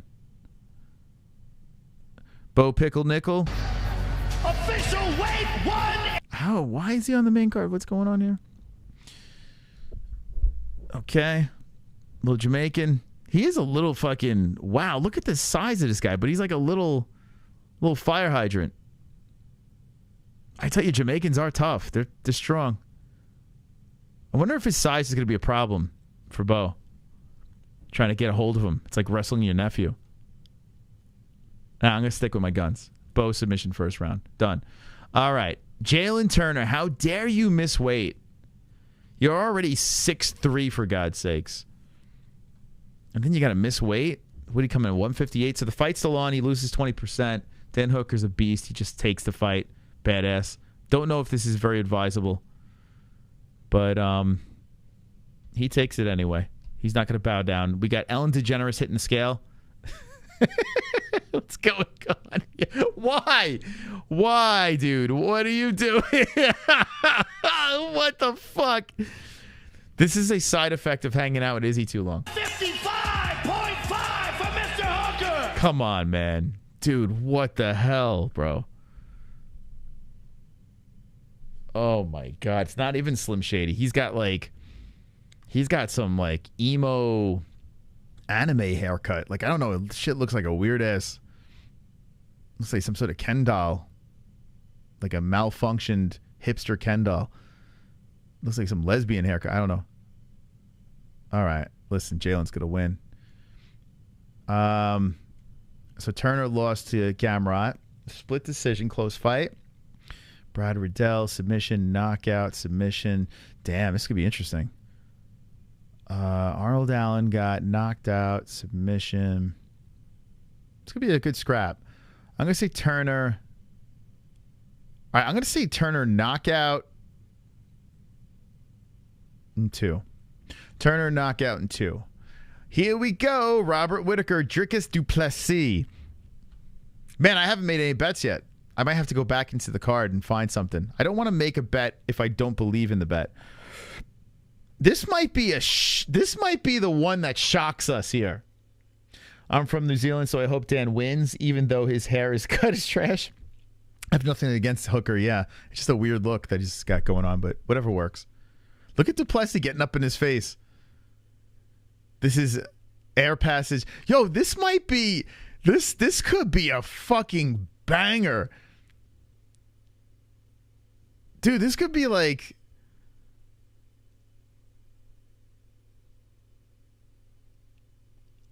you know, like I'm all about Bobby Knuckles, but there's a part of me that wants South Africa to get it so he could fight Izzy.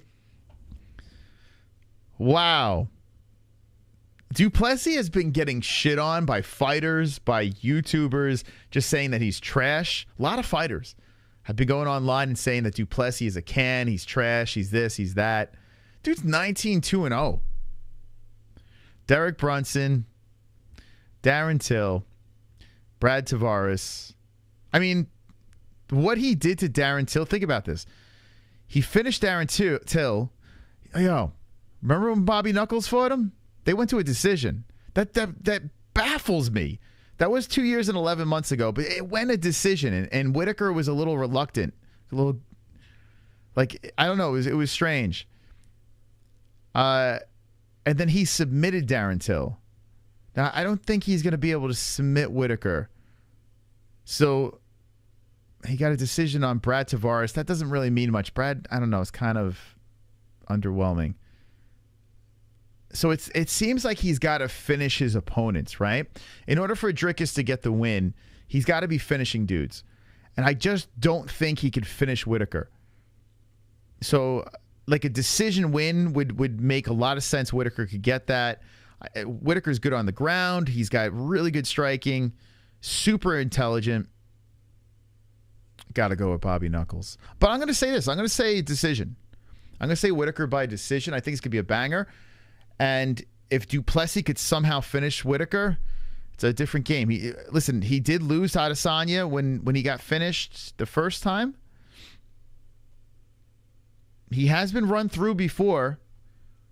Dude, if Duplessis runs through Whitaker, if he runs through Robert Whitaker, the internet is going to fucking blow up. I'm going to lose my mind.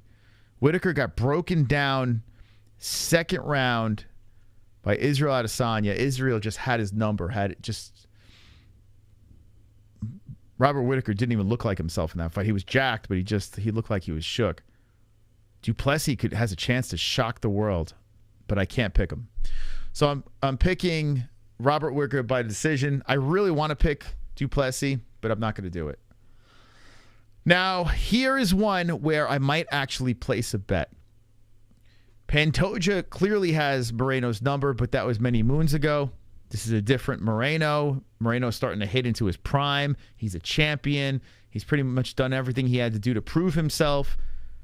But when you look back at those fights against Pantoja looked great, right? So let's see the face-off here. I'm leaning towards Pantoja. I was going Moreno the whole way. Now I've moved to Pantoja. Let's look at this. Here we go. There might be some money. Let's see. I don't want to see another Whitaker Izzy fight. So I would rather see Duplessis. I would rather see Strickland Izzy. But I am sort of interested in a third Whitaker fight because the momentum is slowly going into Whitaker's favor. I feel like he keeps on adjusting and correcting mistakes each fight. This third fight could be like a split decision in Whitaker's favor. You know? It seems like it's slowly going in that direction for Whitaker to get a win against Izzy. I think Whitaker could beat Izzy. I truly do believe that Robert Whitaker could go in that direction. I do. I think he looked very good in his last fight against Adesanya. And to count him out in a third fight would be ridiculous. Izzy's very good, but listen, Whitaker's pretty special. Loses Duplessis, then the conversation's out the window. Let's look at this. So Pantoja in great shape. He had Brandon Royval on standby. Co-main events. Okay, let's look at this. Man, what's up with Moreno and these trilogies and like he's fighting all the same guys over and over again.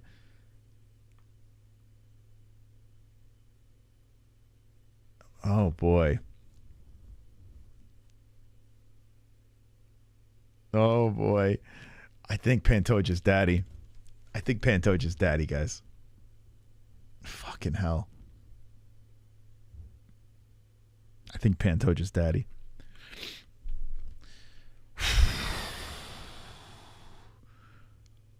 Askar Askarov. All right. I'm going to pick Pantoja. I'm going to pick decision. War. Decision. War. Moreno's going to leave it all out there. He's going to lose. He's also going to leave his belt in the cage. I'm picking Pantoja by decision. I'm going to make the bet. Now, I'm not super duper confident because it is flyweight and Moreno has looked pretty good. But I'm going to throw a 15 spot. We've got to throw something out there. I'm going Pantoja. Pantoja. Okay. Bet the house on Pantoja. Rob is just a different dog, man. Nothing Drickus has will be new. Yeah, I feel like me picking Duplessis would be a brutal pick. Because Robert really should win. Even though I do want to see Duplessis shock the world. There's a part of me that does want to see that. Let's log in. Okay, one more prediction, and then we are done. We had a nice long stream tonight. If you enjoyed it, make sure you hit that like button, baby. Make sure you hit that like button. New York Mets won again? Let's go. Let's go, baby. Or are they still playing? Oh, they're still playing 7-5. Let's go, Mets. Wait, hold on. What is this? So I'm on my bookie right now. Mets versus Padres. It says watch live. How do you watch it? Dude, that'd be... Come on. Hold on a second. What? Hit here. He doesn't want to put that tying run up to the plate. What? Bro. What? Yo. I did not know this. You could watch the games live on my bookie? What? Are they showing pirated? Did you guys know this? Stop it. You can legit bet and watch the game. That does not sound that does not sound legit. Holy smokes.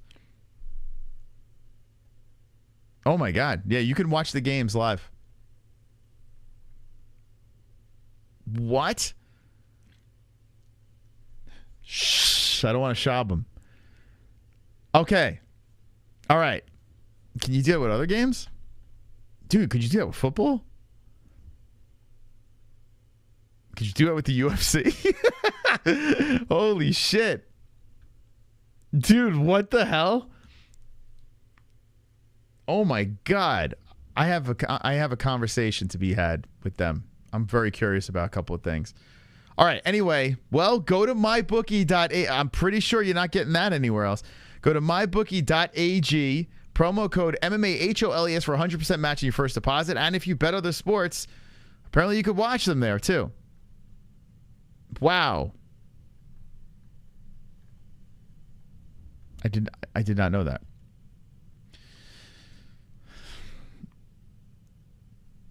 Female golf? Maybe. That's crazy. It's funny because there are some Met games where it's on channel 11 and I'm in Arizona. I don't get channel 11 East Coast. So I'll be going to my bookie to watch the Mets. Okay. Pantoja getting the plus 167. Let's drop a 15 on him. Big fat 15 to win $25. We're going to place the bet. It's in. It's locked. It's loaded.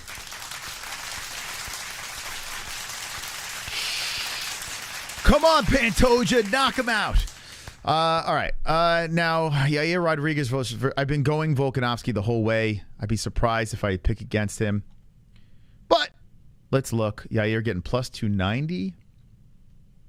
Let's look. Good luck, Yair. Anyone betting on Yair?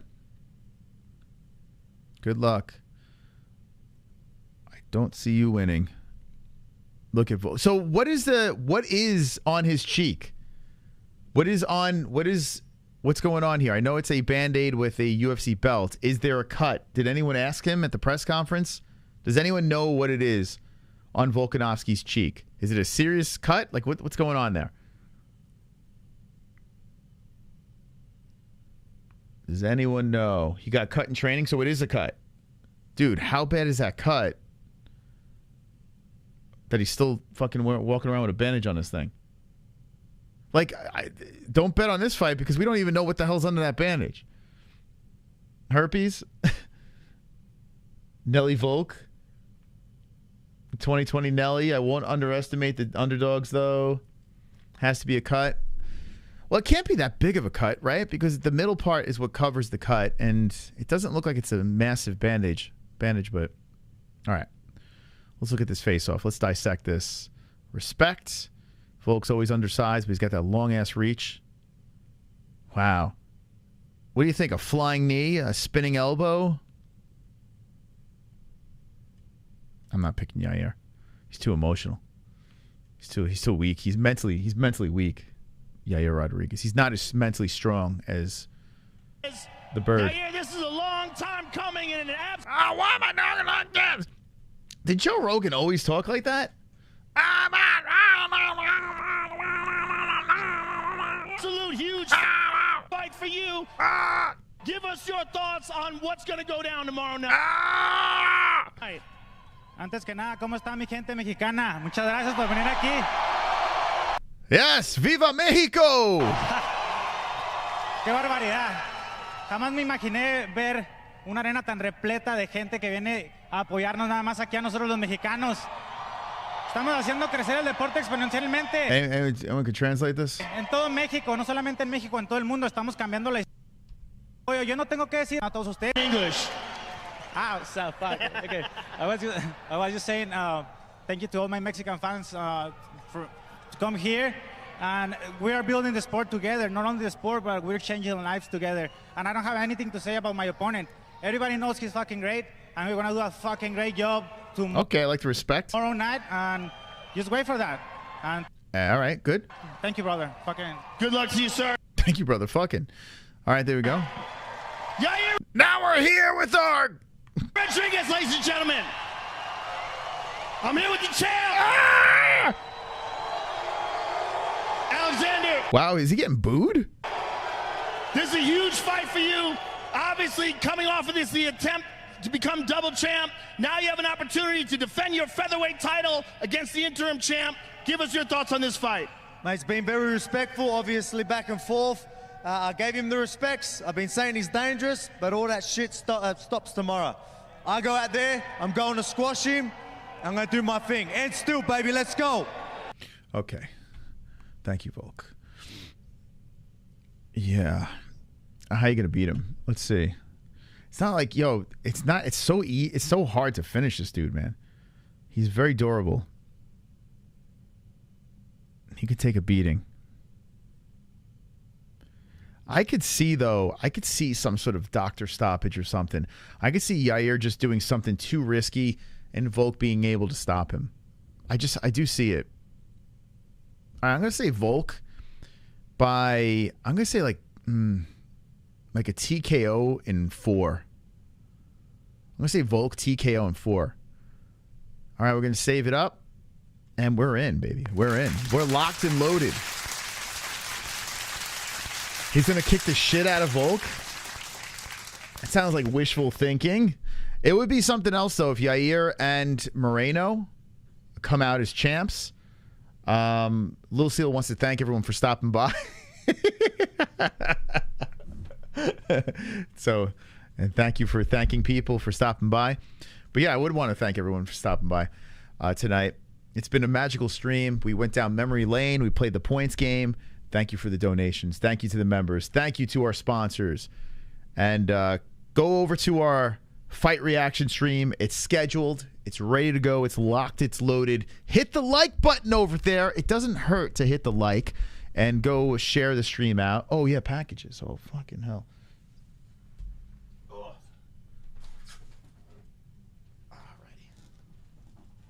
Oh, we got packages. We got packages. We got gifts.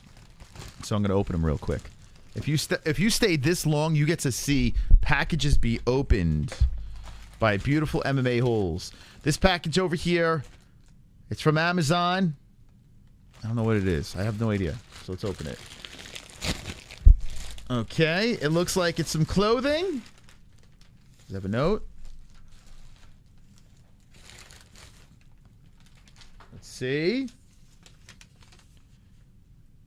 Dat One Gur coming in with the package. I don't know, Dat One Gur, are you still awake? You still in the stream? Dat One Gur sent a gift for the new Mystic Mini from Dat One. Wow, that was very nice of Dat One Gur. So let's see what you got over here. I hope she's still in the chat. Damn, man, I didn't even know. Nah, man, I should have opened this earlier. Okay. She's probably in a coma from all that marijuana she smokes. If you see Dat One Gur in the chat, tell her thank you very much. Look at this. It says just did 9 months on on the inside, and it's a oh, this is hilarious. There it is. Look at that for little Logan over there. Wow, let's go. Just did 9 months on the inside. It's got little tattooed. Oh my god, that's hilarious, dude. That is so freaking funny. Oh my god, my family's gonna get a kick out of that. We definitely gotta. There you go. Atta girl. Thank you, Dat One Girl. It's very nice of you. I will be taking family pictures with this. 100%. We will definitely incorporate that in family pictures. Very nice. Wow. Oh, look at this. We got With little man, and it's got like what the fuck? I don't know what is this? A do-rag? What is this? Wow, look at that. Very nice. It's a black Santa hat. Thank you. Look at that little man, and he's got little pants with his skull. Oh my God! Start him young. A little badass. Beautiful. Thank you, that one girl. Very nice. Very, very nice. Oh my God. My aunt sent Logan a Wolverine toy. I wanted to open it and play with it. Like I was like, oh my God. Like I forgot like Ellie has she's got female toys, but like Ellie's kind of cool. She likes to play with cars and stuff. But like there's nothing I want to play with her. I saw the Logan toy and I just wanted to rip it out of the box and start moving the arms around. I'm like, look at Jesse. I'm like, I feel like a kid again. Anyway, so that's gonna be exciting. Okay, who's this from over here? Wow, you guys are awesome. I don't know how long this was sitting in the box, so I apologize. Here we go. For my favorite niece and nephew, I love those kids, and they have the best parents any kid could ever ask for. You guys are the best. Love from, and I'm not going to say the name here, from John. John, Jon. John, if you're in the chat. John, thank you, John. I don't know if they want their last name. Okay. Okay, there we go. Oh, it's sausage? Okay. John Sausage. Okay, look at this. This is a... I gotta open this. I don't know what this is. This is like some sort of animal. Jon Jones? Jon Jones! Jon Jones! Two Joints still making fun of my accent? Jesus. Two Joints. How dare you? Oh, look, it's a little blanket binky thingy. Oh my God, look how adorable that is. Look at that. The kids love this stuff. There you go. Thank you. Sausage. It's B Snugglies. Yeah, they love this stuff. I'm pretty sure he's going to be all nestled up with that. That's very kind of the sausage. Wow, that one girl in the sausage. We got one more gift over here. No idea what it's from. It's in a box. What's in the box? Thank you guys for hanging around. We have an address down below in our link tree. Description down below, there's a link tree. And there's an address. So if you ever want to send anything, we pay for the box, so you might as well send us some goodies. And we'll open it on air. Appreciate you guys. Oh, it's a toy. It's a toy. We got a toy here. Oh, man, this kid's going to be spoiled. This kid's going to be spoiled. Oh, here we go. This is from Sausage as well. Wow, Sausage went all out. Sausage went all out. Okay, hold on a second here. Very nice. Very nice of the Sausage, the moderator of the chat. It's a leapfrog. I feel like I'm doing a what's it called when the women open up gifts? Like a bridal shower or some shit like that. Jesse should be here opening this stuff up. Leapfrog, the perfect recipe for number learning fun. Well, this is perfect. This is great. This is actually great for Ellie. This is awesome. This is fantastic. Leapfrog. She would freaking 100% get a kick out of this. It looks like it's like an oven, and it's got like numbers on it, so you could teach them 2+. Yeah, Ellie, look at that. All right, there we go, champs. Here it is. Look at that. Baby shower. That's what I was thinking. Yes, it's like a baby shower. Now,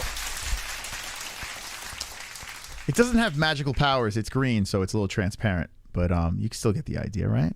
Look at that. Was very nice. Sausage, thank you so much. And that one, Gur. That is absolutely adorable. And super appreciate you guys, man. Seriously. It is crazy for me to think about. We have a community from all over the world that sends donations to keep our show alive, that sends gifts for the family. The coolest thing in the world. It is absolutely amazing to be able to be a part of this. And in August, 7 years. 7 years of doing this. So incredibly humbled. You know, we might act like dicks over here and a bunch of knuckleheads, but It's all love. It's all love. Thank you guys. I appreciate that so much from the community, giving some nice gifts and being wonderful, wonderful. Wonderful, wonderful. All right. I love those kids. Yeah, they're going to be fucking little spoiled brats. Thank you again, guys. Really appreciate it. Like I said, we have another stream ready to roll. We're going to do all the fights, 13 fights tomorrow. So make sure you drink a lot of coffee and, you win your bets. We only put one bet in on Pantoja. Maybe I'll get frisky the day of, but I got to be honest with you. There wasn't a Lawler I was thinking, but there wasn't an underdog on the card that I was like, okay, lock it up. Let's go. Let's ride with this one here. I didn't feel very confident on this, and I'm not going to be the type of host that's going to just throw underdogs or throw predictions and parlays and props together just to do that. I feel if I believe something's going to happen, I'm going to make that prediction, make that bet, and I hope you guys win. I hope you guys win all your bets tomorrow. Get your bets in, mybookie.ag. Remember, promo code MMAHOLES for 100% matching your first deposit. We got the millions down below. We got the stream ready to go. And don't be an a-hole. Be an MMA. Oh, hold on, let me try it again.